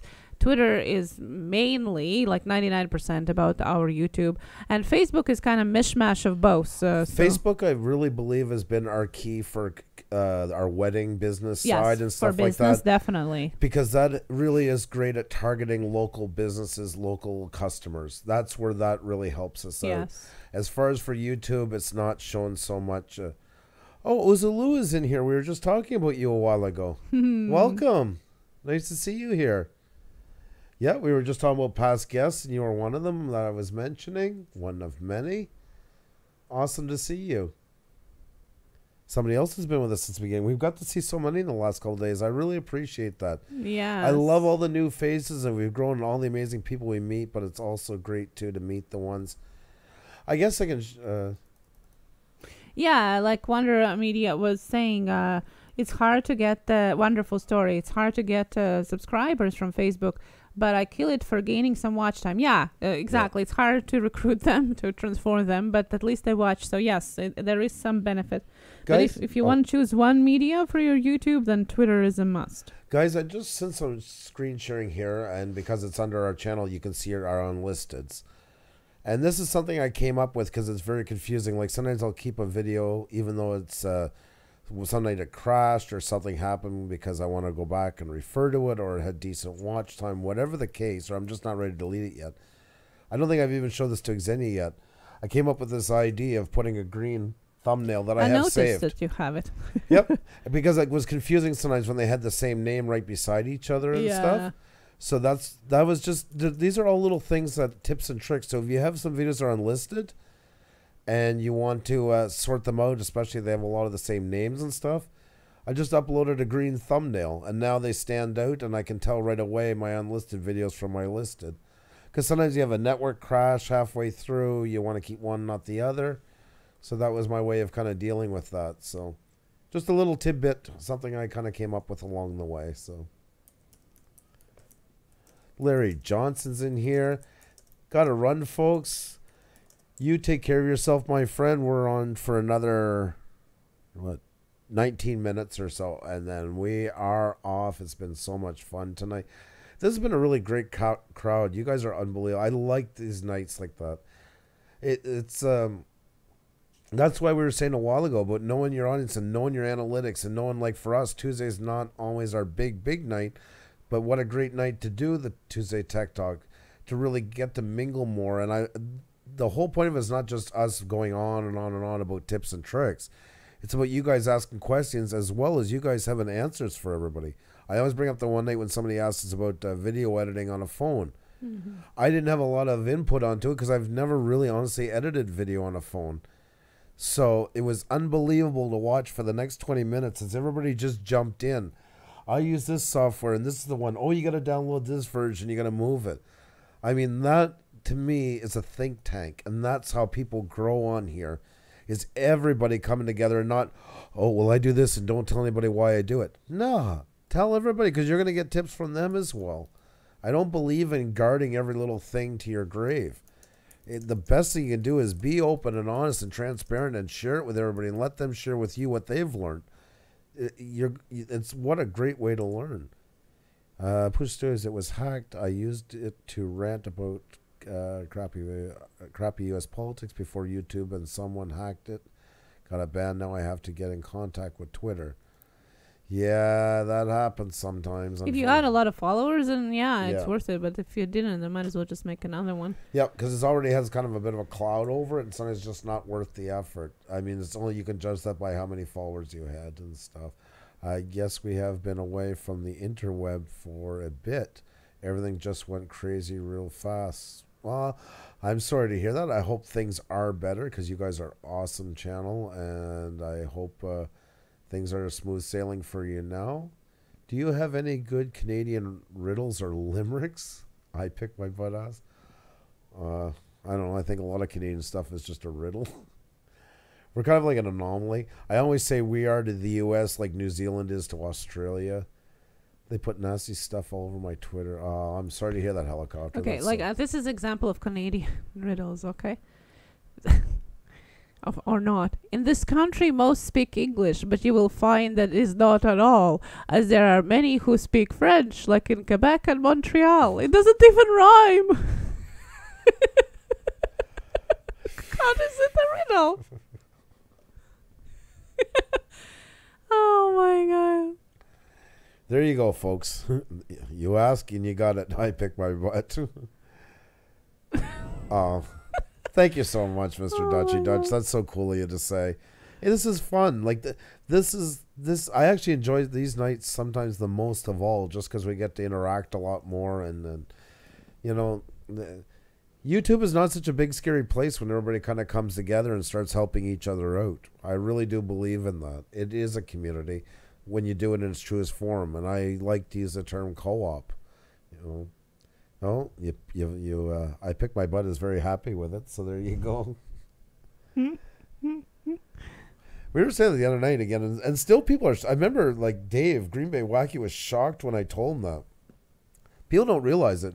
We're the second biggest country in the world in landmass. I know you'd think like U.S. right after Russia, but they're not.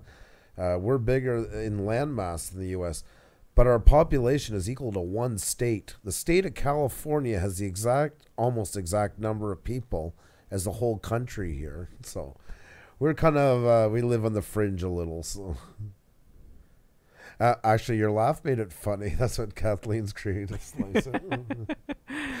Oh my God almighty. We're kind of whimsical up here. I feel like Canada is always between England and the States. We're always kind of in the middle. Even our humor in that is very influenced by both sides, and then add in our own kind of French and stuff like that. Yeah. There once was a man, a Canuck, who treasured his mask, stick, and puck, till his daughter's vile crime stole Dad's team's practice time. In the ruckus, Dad's puck, it got tuck. Oh my God, I hate Canadiana stuff like that. This is so funny. We always sound like. Thank you for the question. Like a bunch of beaver hunters. I swear to God, if you are Canadian when you go into the washroom, and you're Canadian when you come out of the washroom. When you are, what are you when you were in the washroom? European? Oh my God almighty. Oh, jeez. Where is that? I can't see. The trips. If you are Canadian when you go into the washroom, and you're Canadian when you come out of the washroom, what are you when you are in the washroom? European. I love that. I never heard about that one. Oh my God. This is why we come to the stream constantly. The people are amazing. You guys are beyond amazing. The help you guys give to the other channels is great. And for that, we say thank you. Thank you. And once again, I know it's annoying and it's so Canadian, I guess, in that way. It goes right back onto you. You guys are the ones that make all this what it is, you know. And it's not just us. You guys do that. You guys do that to each other. It's a group effort here, and that's what we've tried to promote right from the beginning. Hence the wrenches, no hierarchies. You guys all have a ton of amazing advice. You guys are on the ground, same as us. You guys are learning new things all the time. There's no way everybody can have all the answers here. But if we all come together and keep sharing them, it's a great chance we're going to learn all kinds of new things that are going to help us get ahead. It's not about the size, Puša Studios, it's how you use it. That's right. I pick my butt. That's the Canadian motto. I think that's on the coat of arms somewhere or something like that. Helicopter says he's from California. Well, it's true. It really is. Hockey limericks. That's right. Yeah, you can never have enough hockey limericks for Canada. I'm Hen. How are you today? Oh, good morning. Good morning. You're in Vietnam, if I remember right. I won't do the good morning Vietnam thing in case I'm wrong, and I don't want to give Ron Williams. I don't want to use him in that light, but I believe you are, if my memory serves me correctly.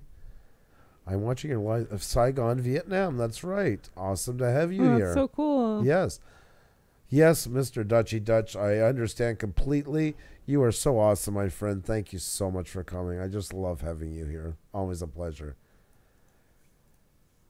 And yeah, we've done, guys, if it's not too late to hit that like button, if you could do that, that would be awesome. If you're new here and you like what we're doing, there's lots more, including channel shoutouts tomorrow night, 7 p.m. Eastern. If you could hit that subscribe button, please leave a message as well so we can go check you out after the live stream. That would be fantastic.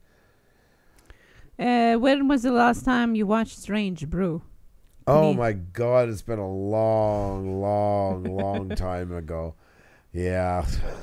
Yeah, for those of you who don't know, it's a Canadian comedy. Yeah. A lot of Canadians are, a lot of big comedians in the U.S. are originally for Canadian. SNL, yeah. Yeah, SNL, SCTV, where those guys came from. Norm Macdonald, all those guys. And one time they asked Norm Macdonald on a show, they said, why so many great comedians are from Canada? And he was right. He said, because when he was a comedian in Canada, there was nowhere to go back then. You were going to be a comedian pretty much for the rest of your life, just doing clubs.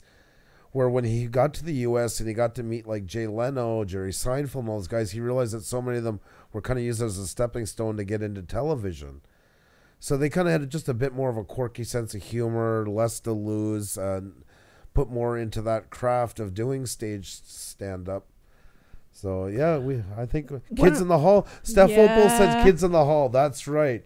That's my one. One of my best discoveries of late for Canadian content that is really funny is animated cartoon for adults, which is called Forget About It. Oh my God. It's so hilarious. You can watch it with kids, but it's sometimes, but it's so hilarious.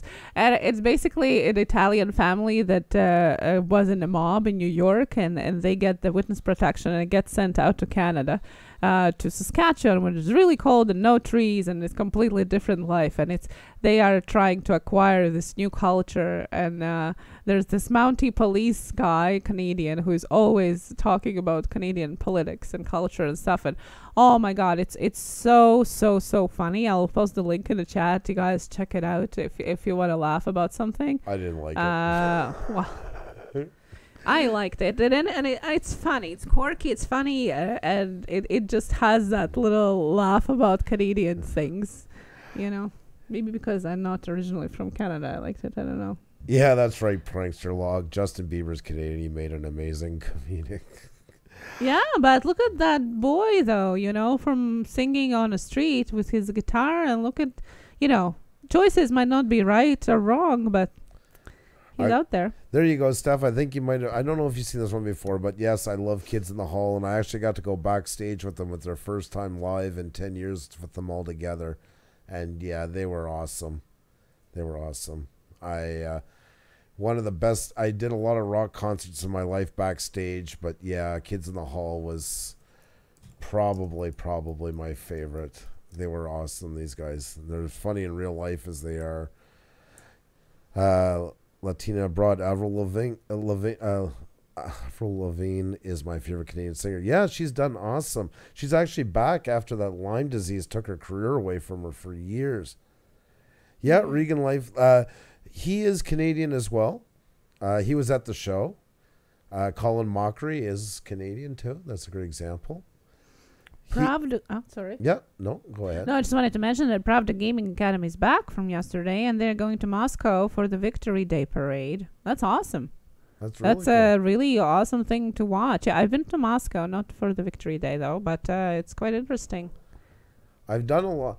That is my dream. Is I've done almost all of Europe, all the surrounding areas, but I do have to get to Russia. Kids in the Hall was awesome. I don't know. It's just one of the greatest shows ever. Cabbage Head, that's right. Who Shot Cabbage Head? And the Chicken Lady, I think, is one of Xenia's favorites. Oh, my God almighty. Want to have sex? You guys. Mrs. Craft Beer Pours, Trish, sweetie, I hope you have an awesome night. Please give our best to Brandon. Hope you guys have an awesome time. If you haven't checked out Craft Beer Pours, they're just awesome people. One of our past guests as well. Love them to pieces. And thank you so much for being here. It's always nice to have you by. I love Ozzy Osbourne. Just saw him. Oh, you did? Wow, I love Ozzy. I haven't seen him. The last time I seen him was the No Rest for the Wicked, was it? Where Zakk Wylde first played. Like, I was Zakk Wylde, I seen him play, and I'm like, yeah, that's what I want to do with my life. I seen him at the Verdun Auditorium. It was nice, too, because it wasn't the Montreal Forum. It was the secondary venue. And, yeah, he was absolutely phenomenal. Thank you, guys. Well, you guys make it that way. When you have an awesome group in the chat, your streams do phenomenal. So you guys, we have 171 likes, guys. Thank you so much today. Yes, I hope you enjoyed it.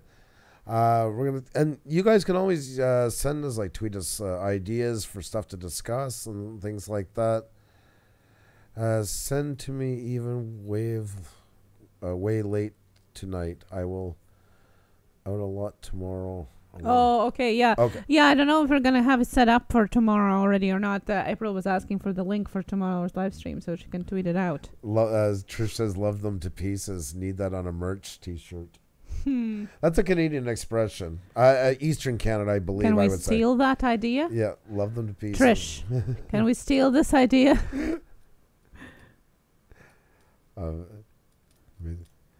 No, because I said it about them, and then she wrote it back. Yeah, for merch. Yeah, I thought... Blue Ranch Group, love them to pieces. I liked that. Yeah. Oh my God, there's so many ideas for the t-shirts. Get them all out there. Yeah, I know. It's 70 now. It's crazy. Ozzy is still going. You're not allowed to ever leave Prankster Lockroad. Oh, you guys are so awesome. How is that guy, William Shatner? He's Canadian. William Shatner's Canadian. And he's over 80. Yeah. Did you know that? Yeah. I was so shocked the other day. It's like, oh my God. Still performing. There is a lot of famous Canadians, and it was a shame years ago. A lot of them came out later on and said that at the time they weren't even allowed to really talk much about Canada once they got into the States, because they thought it might turn off some viewers, which ended up not being true whatsoever. But yeah, it was crazy at the time.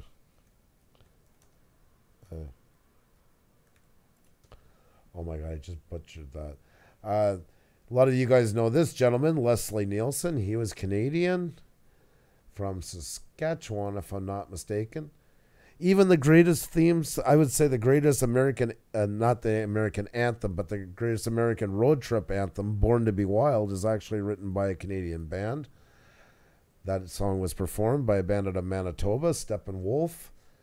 That one always comes to mind. There's so many. It's hard to think of them. Jim Carrey, all those guys all came from here. John Candy. A lot of you, I'm sure, remember John Candy. Oh, Red Lipstick Group, yeah. Yeah, that could be a name for it, too. I have by the way, I have a designed sticker with the red lipstick and Andrew's glasses on. I'm sure you're going to love it, guys.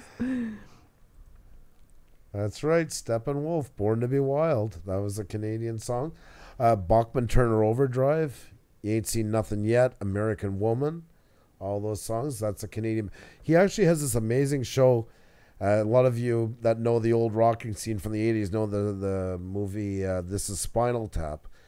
Randy Bachman from Bachman Turner Overdrive, the voice in those songs, he has his own show here on CBC Radio, which is the equivalent in the States to NPR, and it's called Vinyl Tap, and he spends just hours listening to music and telling stories about from the road and that. And it's a really awesome show. We don't get to hear too much unless we're traveling, but it's really well done. And the names go on and on. Leslie Nielsen's movie saved me in the immediate 2 weeks after my husband died. Yeah, that's thank you for saying that. Yeah, sometimes we do need a different release. You're so right, you know. Definitely, and music and movies, I find a lot helps in that for sure. I can never, my spelling is so bad. Miss John Candy, man. Yeah. Yeah, Rick Moranis is another one. Like Rick Moranis and John Candy and all them got their start on SCTV. Also, was it Martin?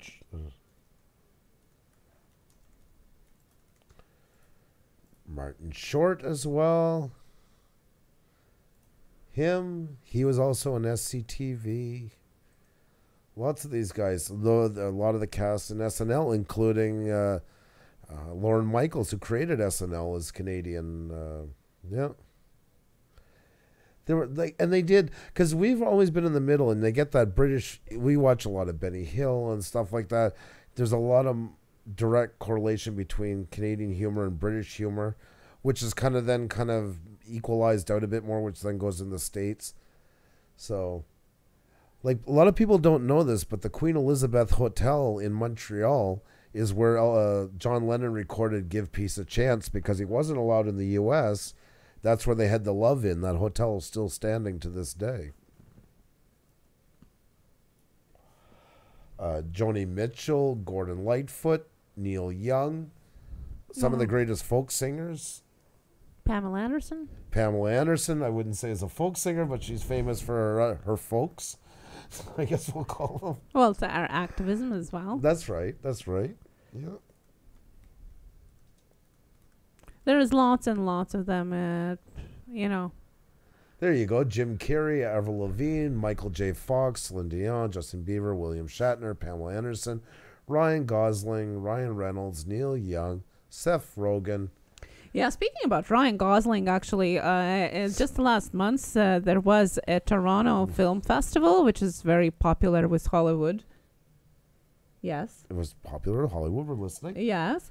And he actually visited one of the local bakeries in Toronto. She used to like have cardboard cutouts with him, and she just a big fan, and come to Toronto. Of course, like a joke. I never thought it would be. And then one day she just was working and opens her door, and there he is coming in without announcement or anything. Just had a cup of coffee, and now she's blowing up and trending in Toronto. Just a small bakery. Yeah, that's you never know when it's going to happen. Yeah, could happen any time. Mike Myers, Bryan Adams, Drake. I met Drake when he was on the TV show Degrassi. Actually, before he was already popular, and now he's I'd say world class at the top end. Yeah. Neil Young, Gordon Lightfoot, Steffa says. Yeah. Phil Hartman, who did the voice on The Simpsons and everywhere else. He's another one from Saturday Night Live, Ellen Page. Keanu Reeves, Kiefer Sutherland, Dan Aykroyd, Donald Sutherland, his dad, of course. Yep. People don't realize sometimes just how many came out here. Even Canadians are surprised sometimes. Kim Cattrall, Will Arnett. Some of them, Alanis Morissette. Somebody said she's making a comeback, I had heard. Yeah. I could be wrong. But heard that somewhere. because sometimes a lot of people don't realize that one, for instance, Tommy Chong from Cheech and Chong. He's from Manitoba, if I'm not mistaken. Matthew Perry from Friends. Jason Priestley from 90210. David Foster. All these guys. Yep. Interesting. Elon Musk. How the hell did he get in here? Because he's getting here. Well, yeah, but I mean, I was pretty, born, South Africa. Just a little bit of time here, maybe. Yeah, that was, okay, I wasn't expecting that one at first. There you go, folks. Well, I guess it's enough Canadiana for one night. That was, definitely took a turn. But that's what's fun about these nights, guys, is just chatting with you guys. It's a little more low-key, a little more fun, and I really enjoyed it. I hope you guys had a good time. Tomorrow night, 7 p.m., guys, channel Shoutout Nights. Well, that's a little up from low-key, that one, so we're going to have a lot of fun. Guys, if you haven't hit the like button yet, if you can do that on your way out, that would be absolutely awesome. I hope you guys had a great time. We most definitely did. Any time spent with you guys. Oh, I can hardly make out the mics on my phone. Might need a headset. I don't know. We brought down the levels a tiny bit. Yeah, I don't know, Ravi. Yeah, it might be your phone because everybody else seems to be fine. I mean, unless there is a... I like the riddles the best. I pick my butt, says. Oh, you are a character, my friend. Brought back some memories. That was great. Oh, I love that. Well, that's awesome then. If that happened, I consider tonight an utter success. So that's really cool. I love hearing stuff like that. And what are we doing tonight with our usual tradition? I don't know. You want to pick one? You surprised me. Oh, I haven't even looked. Well, that's okay. Let me see. What do we have here?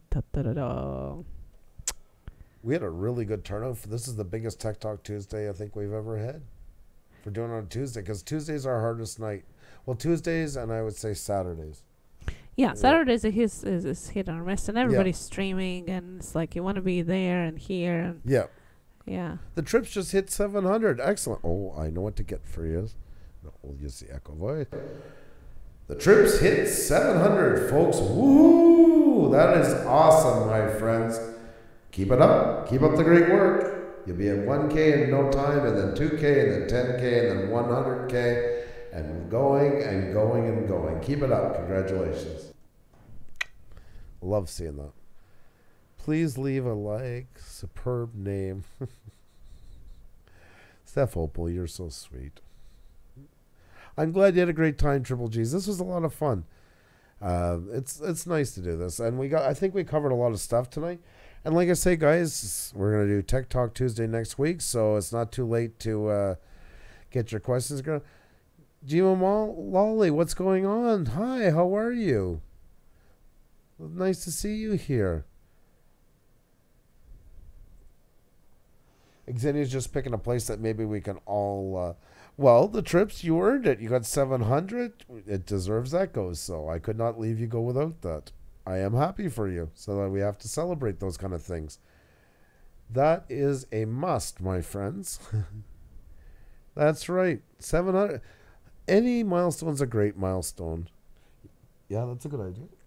Okay. Yeah, I'm just looking if it's not ending at the same time. Okay. That has happened before. Yeah. Guys, this is a great channel Xenia picked. We do this every time we end. We pass it off to somebody else. You're going to really like this one. I gave it my seal of approval. It's a good friend of a lot of ours. And I'm sure there's some of you who haven't met him yet. And yeah, you're going to have a nice, enjoyable, he's a very, very gracious host, if I may say so. Yeah. So that's a good call. Good choice, hon. So I hope you guys can join us over there. Xenia's going to put the link in the description. If you haven't done it before, if you can copy the hashtag from Puša with Love and paste it on your way in. Instead of just doing a quick raid and coming and going, we're actually pass it off to somebody else. We pick somebody new every time. It's our way of kind of paying it forward to this awesome community that helped us build. On your way out, if you haven't hit the like button, if you could, that would be absolutely phenomenal. If you're new here and you like what we're doing, if you could subscribe, that would be out of this stratosphere. And I hope you guys had an awesome time. Please remember, tomorrow night, 7 p.m., we're having channel shout-outs.